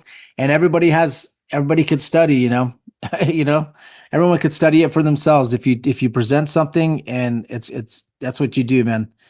Just be open to new information, We're so blessed that we have this book, this Bible. We are blessed to have that, because they didn't have it back then. No, and even when it was only in Latin and only the priests could teach somebody, they won't even allow people to do it. If someone tries to translate the Bible into another language, they want to kill them because they want to be able to have control of what people are learning. So, and a lot of people were illiterate. They couldn't even read. Can you imagine? They won't know anything about the Bible. They don't even have any clue. Whatever the priest teaches them is what they do. And even now it's happening too. Like you said, people are being taught the Bible and they're like, okay, cool. Their pastor teaches it to them and then they're good. They're like, cool. I got my feeding and I'm good. Yeah. What's the football score? Yeah. Yeah. The idol, right? Football. Think about that, man. They come with this Oh, yeah. They fight their whole life just to get that trophy. They take the trophy and they bring it down, and everybody's kissing the trophy, and it's just like rituals right in front of your eyes, you know? Oh, yeah. So yeah, you wake up to everything, man. It's fascinating too. Like I said, you read the stories, and then there's a passage in there that says, he's talking about don't do as the heathens do. Mhm. And what do? They go to church or temple in their nicest outfits and give money and donate and all this. Why? To be seen. Where he says, if you really want to pray, go do it. Close the door in your closet, turn the light off, and do it alone, quiet. No one will see you but me. That's the difference. That's the reward you get rather than being seen there. And it's the same thing with fasting. We used to do that on Rosh Hashanah, on Yom Kippur. So and I'm not knocking one religion. They're all messed up. They're all in error at this point. I feel at least the organized ones. And so in temple, you would have where you wouldn't eat. And, kids would we'd be starving and stuff. We were kids. We didn't know about not eating, A lot of times you'd see a bunch of really well-dressed families at McDonald's afterwards because their kids needed something, which is terrible food. I don't recommend that kind of food at all anymore. That's a whole other issue. But, and so you read the Bible and it says, and if you're going to fast, he says, don't do like they do where they, I don't know. I paraphrase because God says it way better. They boast. Or piss. I just piss and moan about I'm so hungry that I'm starving myself for God. He don't do it if you're going to do it for that reasons. And an interesting thing about the KJV is, in fact, I don't know how this. I'll send you some things that go along with this, but I put together a little list of all these different passages that are in the KJV that are omitted completely in these other versions, NIV and stuff. And one of them that was really, striking to me was the one where Jesus says about, specific, really hard things to pray on or demons or something, is those only work with fasting and prayer. And that is omitted in a lot of these new translations of the Bible. And so it's that's a piece of arsenal that you don't have if you're reading it, And so that's something and Jesus is saying that it'll only work if you fast and pray with this one, Yeah. So that's something somebody could be stuck in a rut, with whatever pornography, whatever the heck they got going on, cigarettes, drinking, alcohol, drugs, whatever it is. And they could be trying and then they fail and they're trying and then they fail, trying and they fail. And they never fasted, because they never read that part of the Bible, right? Right. They never fasted. They could be that. I'm not sure exactly. Well, I agree with you on that, though, as far as, look at it this way. When Satan's going to come at you, he's going to go for your weakness. Yeah. So if you have a weakness, whether it's pornography, which is so easy now with everything on the machines, or alcohol or any kind of substance abuse, even if you quote, beat it yourself where you've gotten past it or over it, it's always going to be there. And Satan's just like the roaring lion waiting to pounce. He's just going to keep throwing it at you for that weak moment that you fall. And so I believe the only way you can get through those things is to ask Jesus to do it. Take it away. Help me get rid of this. Because I feel that if you get a problem, God's either going to show you the way through it, a way around it, or he's going to take it on himself for you. And you have to ask for that. And so, fasting and prayer would be another way to do that, because then you're starving the body and feeding the spirit. Yes. And if you don't have that information, then you wouldn't know why. And also, when I say fasting, you can do it just one day, sun up to sundown. You don't have to do it multiple days. You're also showing your flesh who's boss, right? Like I use working out for an example. Like when in the morning when your alarm goes off and you want to go, your spirit's like, let's go work out. Your flesh is like, nope, go to sleep. Once you start showing your flesh will be like a pit bull, and then your little cocker spaniel spirit's like talking and no, don't talk. And your spirit's just like a little tiny thing. You're not feeding it. If you once you start reading the Bible, studying, listening to sermons, using your time differently, walking with God, then your spirit is like that pit bull, and then your flesh is like the little cocker spaniel. So it's whatever one you're feeding that's going to be, that's just the way it is, man. And it's so tough with the way we live now to have that spirit be the way walking with the spirit all the time if you're not focused on that. You need to be focused every day on that, you know, and know like, hey, that was something fleshly. That's a fleshly temptation. I'm gonna choose differently. And what you know, the only way you're gonna know that type of stuff is if the Holy Spirit's with you and guiding you, and you're reading and you're keen to it. But if you're just gliding through life, you know, going to church on Sundays or maybe not going to church at all, you're just gliding through life. You're never going to even know when you're in those situations, and you're not going to know how to fight it. And if faith comes by hearing the word of God, you know, or reading it, you know, you're never going to have the faith. You're not going to know about the spiritual armor you're supposed to have on. You're not going to know about dodging the wiles of the devil. Some churches don't even teach about fallen angels, demons, or that much about Satan at all. So people have no idea that they're even in a spiritual battle. They don't know about the spiritual hosts of wickedness in high places. They don't even know because they're reading the book of Luke, they're reading the book of Matthew. Yeah, they cast out demons. That's all back then. That's not happening anymore. They're all stuck in that type of you know, church. And I found that the more that I did this walk, the more things that Satan would throw at me. And so with that information, I realized the reason some people aren't seeing this kind of stuff is because they've been lulled to, you know, literally sleep, like they say, people are sleeping.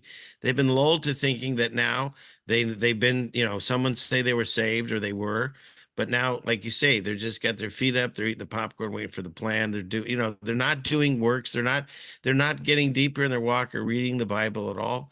And so they think that everything's great. They go to church, they barely listen to what the guy has to say, or maybe they do. They throw some money at the church. They maybe push somebody's shopping cart back at the grocery store, and they think, you know, that's it.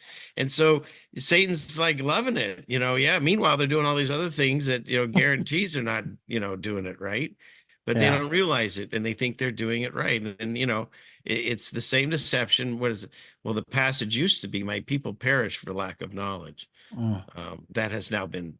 This is where I say I can prove the Mandela effect through scriptures. That's now says my people are destroyed, which, okay, it's similar, but no, it's a difference. There is. So there's subtle changes. But in any case, that's what it is this lack of knowledge. And one of the things that hasn't happened is because they broke up the family unit right around like in my age group, you know, in the 70s when we were growing up in 80s. And so nobody was really reading the Bible or talking any kind of spirituality and stuff anymore. And so I think one of the other things that we've lost the ability to, at least what I've seen, is how to pray. Like no one taught me how to pray. And so I'll never forget it. My first time, I'm like, okay, I've been saved. I'm going to talk. So okay, what does he say? Our Father, okay, our Father in heaven, it's me. You know, I didn't know what to say. And so I'm talking to him, and then at the end, I swear to you, I said, so now what? Like, is amen how you hang up the phone? Like, I didn't know like anything. And it's funny, to this day on my shows, I always pray. If not in the beginning, I always make sure I do an ending prayer. Me too. And some people say the nicest things about my prayers.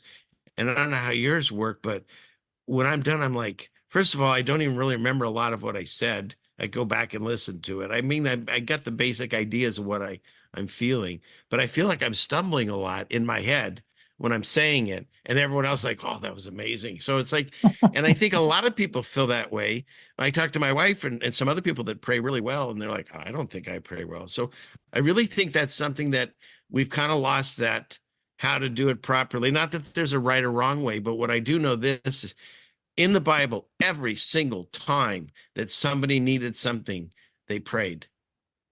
Jesus prayed like constantly. Yeah. You know, he was praying when he got baptized. I mean, he's praying all the time. And he was like, when he was praying too, he was like, wake up, like everyone's sleeping. Like, wake up, let's go. Like, what are you guys doing? You know, he had one job. Please just stay away. Nothing. He did it twice to him. Yeah, like, man, but we just don't know. We're humans. They were human too. I can't judge them because. Well, you know what? That's what's fascinating to me. You know, we were talking about the football, whatever, idols. God says no idols. So the same thing with the people in the Bible. When I started reading it, they were becoming my idols. Oh, wow, this guy's a rock star. That guy's a rock star. And okay, maybe I'll piss some people off again, but it's new. It's no news to me. Okay. Here's this new thing I've been thinking about. Like, pick someone like Jacob. Okay. And nothing against Jacob. Thank God for Jacob, or we wouldn't be talking. Okay. I get it. But when you look at the guy, the man himself, so he's deceitful, he's a liar. His kids went to war, not him. He didn't ever. He ran from his brother all the time, and he lied to his brother more than once. Like what? He stole his birthright, Yeah. like a glass of water and a sandwich or something. He stole his blessing by being deceitful. Yep. And then when he finally got back together, where he wasn't maybe going to kill him, he's like, "Come on, come with me and go hang out with me and where I live." And he's like, "Sure, I'll meet you there. Just go on ahead." And he booked it to the other way. He lies to him again. So it's like, he wouldn't be the hero, except he is. You know what I mean? It's interesting. And so what it tells me is this: you don't have to be perfect to make that relationship with God. He already knows who you are, and he's going to use you exactly how you are. And Jacob went on to do this amazing things for us. But in actuality, there's a lot of iffy things to get him there. You know what I mean? It's pretty wild when you start breaking it down. I mean, Moses straight up killed a guy. Yeah. Look what he did. So we have to realize Paul too. Paul was killing Christians like left and right. You know? Yeah. And so we have to realize we're all flawed. There was only one perfect person. We're all sinners. All we can do is the best that we can. And God's ready to use us today. You don't have to wait until you get over this, that, and the other. He'll help you get through those things to be the better person he knows you can be. Not that you could be. He knows you can be that. And he wants you to get there. And so he doesn't want you to wait in your relationship. But, I wasn't ready apparently until just like you about whatever 6 years ago. That's what he told the rich guy. He said, drop everything and follow me, right? And the guy's like, no, I gotta go back to my dad. That's what it is. Yeah, you're right. And just like you were talking about the podcasting and everything, it's the same thing, it's like once you started it, you could have made every excuse in the book and never started it ever. Hey, I always wanted to do this, but I'm not going to follow this, but you did it and now you're in it and you know how it is. Yeah. Well, hey, we had a great show, man. We're already an hour and 15 minutes in. I think we could start doing like closing, not last little 10 minutes, anything that anything that you want to talk to my audience about and you want to share, any important thing that you'd like to say. I mean, this is your time. Let's see. Well, I'm trying to think. Well, another thought that I've been looking into recently too is, if God spoke everything to an existence, and it's still to this day, and Jesus literally is known as the Word of God. When we pray, of course, you can keep it internal, but I think it's important to voice it out loud, even if it's just quiet where no one else can hear it. There's something to be said about speech and talking and using your words. And so, not to say that you can't pray silently. I do that too. But I think it's important to make sure that we also pray with our mouth and our words, because there's a lot of scriptures that discuss specifically that. Yeah. In speech. I agree. I think sometimes if I'm laying there, I do pray in my head, but then for some reason I think that like I need to probably say it out loud, even though I know God could hear me. But yeah, I agree with that. Say it out loud. To do it in a crowd where people start watching you talking. Yeah. It's like birds. Okay, real quick, I'll give you the bird thing. You can have a bird in your house and you can talk to it and you can name it and everyone's cool with that.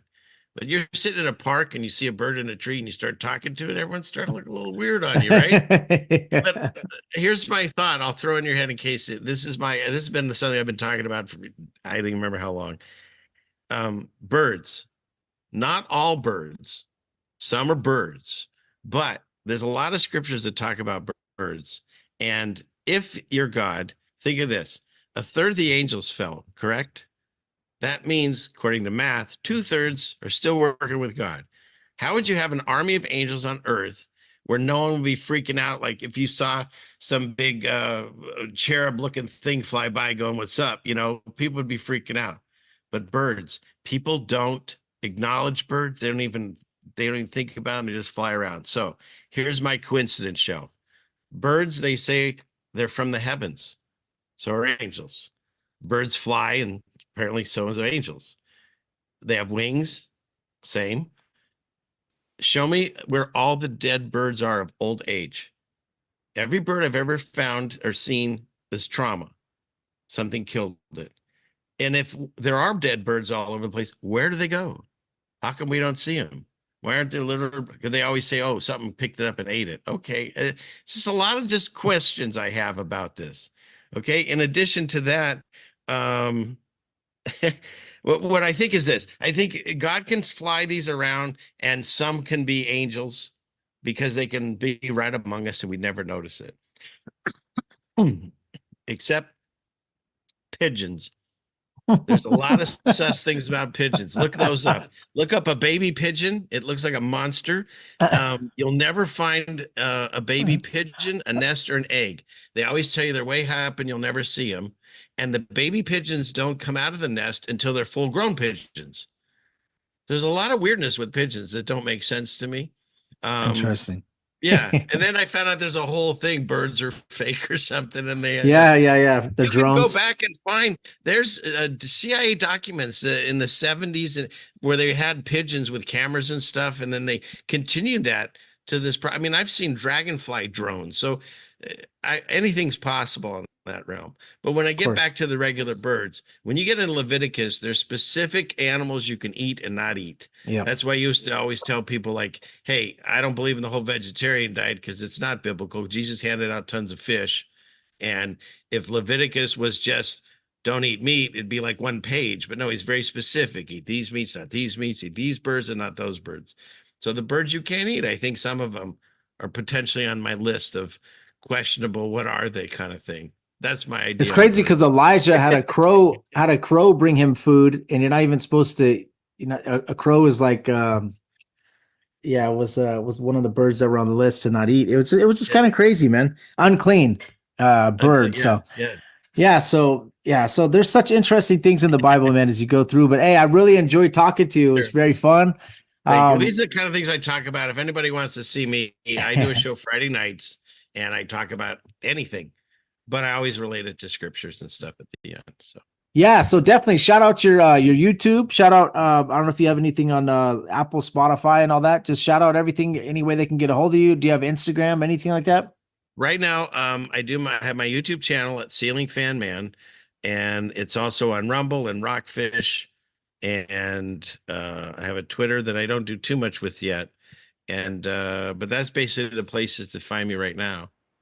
And and like I say, I do a Friday night show, 6 p.m. West Coast, and then I also do other videos in between and pop on other shows like this one. And first of all, I got to tell you, thank you very much for having me on. No problem. I enjoyed it. It wasn't until we were setting up before the show. I swear to you, I thought this show was called Josh on Mondays, and I didn't understand why you're never on Monday. And I realized, and I see behind you, it's not on, it's just Josh Monday. So that was very confusing for me, but I figured that one out. See my discernment? Yeah, see, God's got you. No, it's Josh Monday Christian and Conspiracy Podcast. Yeah, so and you're a singer, I saw too. Yeah, I'm a Christian rapper. I've been focusing so much on the podcast that the music, it's very expensive. I found that out. Very expensive to professionally do music, and my wife is like, "Hey, choose one of the." I said, "I'm gonna choose podcasting. I think I'm affecting more people this way." So it's a way cheaper. A podcast I just set up, I can record, put it out, and I don't have to pay like $700 or $800 a song for mixing, mastering, and recording. So it's a blessing. But hey, thank you so much. I think you did amazing. I had a really good time talking to you. Let's set up a date. If we could do a 9:00 show. I can hop on yours. I know that you go live, but I can at least go live at 6, so we'd have to try to do something on another time or date. But we can email and figure that out. Okay. Depending on your schedule, I can work around it. So. Okay, and I'll make sure I share all your links. And I'm so glad to have you. But like we always do, we always end it in prayer. So we'll do that. Okay, so. Real quick, can I ask you a question before? Yes, sir. Yeah. After you've run this and aired it and stuff, would I ever be able to use any of this on my? I don't want to. Bro, come on, man. I'll give it to you. Okay. Well, You can put it on your show. I want to make sure. So Yeah, you could definitely share it on your YouTube. Yeah, 100%. Wonderful. What I'll do as soon as we get done right now, I'll put it to Google Drive and then I'll send it to you, and you can put it out whenever you want. This will probably come out in like 2 or 3 weeks because I got like 7 shows that I've already recorded, so I have it in the cut. So this will be. I feel very blessed that I got in the mix there. So thank you for having me. No, I really appreciate having you, honestly, and you're man, everything you went through and everything it's amazing. God is so great. It really put a smile on my heart, man. Your whole testimony right now was really, thank you. I was super happy. So we'll end this in prayer. So Father God, in the name of Jesus, thank you so much for blessing us with this glorious time. And also, he grew up Jewish and now he's believing in Jesus. What a blessing, Lord. You are so amazing. We love you so much and we appreciate everything you do for us. Thank you so much for connecting us, giving us a clear connection. I just want to ask that you protect him and everything he does. Put a legion of angels around him. You could tell that he has an audience that he's speaking to, and if any of the subjects that I go over, that he goes over, or anybody that's on his show or my show, if we're in air, show it to us. He's doing a lot of shows, Lord, right now that people might not agree with or might not be on board. But I know that he's doing a lot of research and open people's ears and let them hear. And let people come in with an open heart when they listen to my show or his show. But protect him, and that Satan is always around the corner like a roaring lion waiting to pounce. But Lord, if you could just give us the utmost faith that we can have, the biggest shield of faith we can use, the full armor of God every day. Lord, help us to put that on so we can dodge the wiles of the evil one, of the devil. So, but thank you, Lord, so much for everything you do. Anybody out there that's going through any strongholds, we talked about strongholds on this episode, Lord. If somebody's going through some strongholds, some demonic strongholds, anything we mentioned, from tobacco to cigarettes to any type of drugs, to the pornography or lust or any type of sin, laziness or anything, Lord, if you could just please help them get closer to you and learn how to break away from those, Lord. Please. Thank you so much. We appreciate you. In Jesus' name, amen. Amen. Thank you so much for coming on, brother. I had a really good time. Please, if you guys could, share the show, subscribe to his YouTube, subscribe to our YouTube, share it, give us a 5-star review on Apple and Spotify. We love you and God bless you. All right. I'll put my camera back on. Let's see. Where is it? Hey. So I hope you enjoyed that. What a wonderful blessing that I had that show ready to go, because I definitely couldn't have talked for 2 hours tonight. And so that was a wonderful blessing. It was a fun show to be on. He's going to apparently premiere that same episode on Monday on his channel. So if you missed some of it, you can see it there or replayed here. But yeah, I'm not feeling it tonight. I really appreciate everyone that showed up like usual. You are all wonderful. And dear Lord, please watch over us and guide us through these times with love and comfort and joy in our hearts, and continue to protect us and our family and our loved ones from the evils of the devil he's trying to strike at us, and bind and cast away all evil coming at us. Help us and heal us. Keep us in your loving arms. We ask this in Jesus' name. Amen. And so I hope you all had a great time. And I promise I'll be doing better, God willing, by next Friday. So, okay, that's it. I think you're gonna get this. Where is he? He's one of these buttons. Here he is. Class is dismissed. And thank you again, everyone that tuned in, that's watching now and watching in the future. And thank you for all the support. Continue to send messages, emails, write me letters, whatever. All of it's just, it's a blessing. And it is a blessing to have you all here to gather. And let's do this again. All right. With that, I'll bid you good night, and we'll see you next time. Good night. I'm the satellite.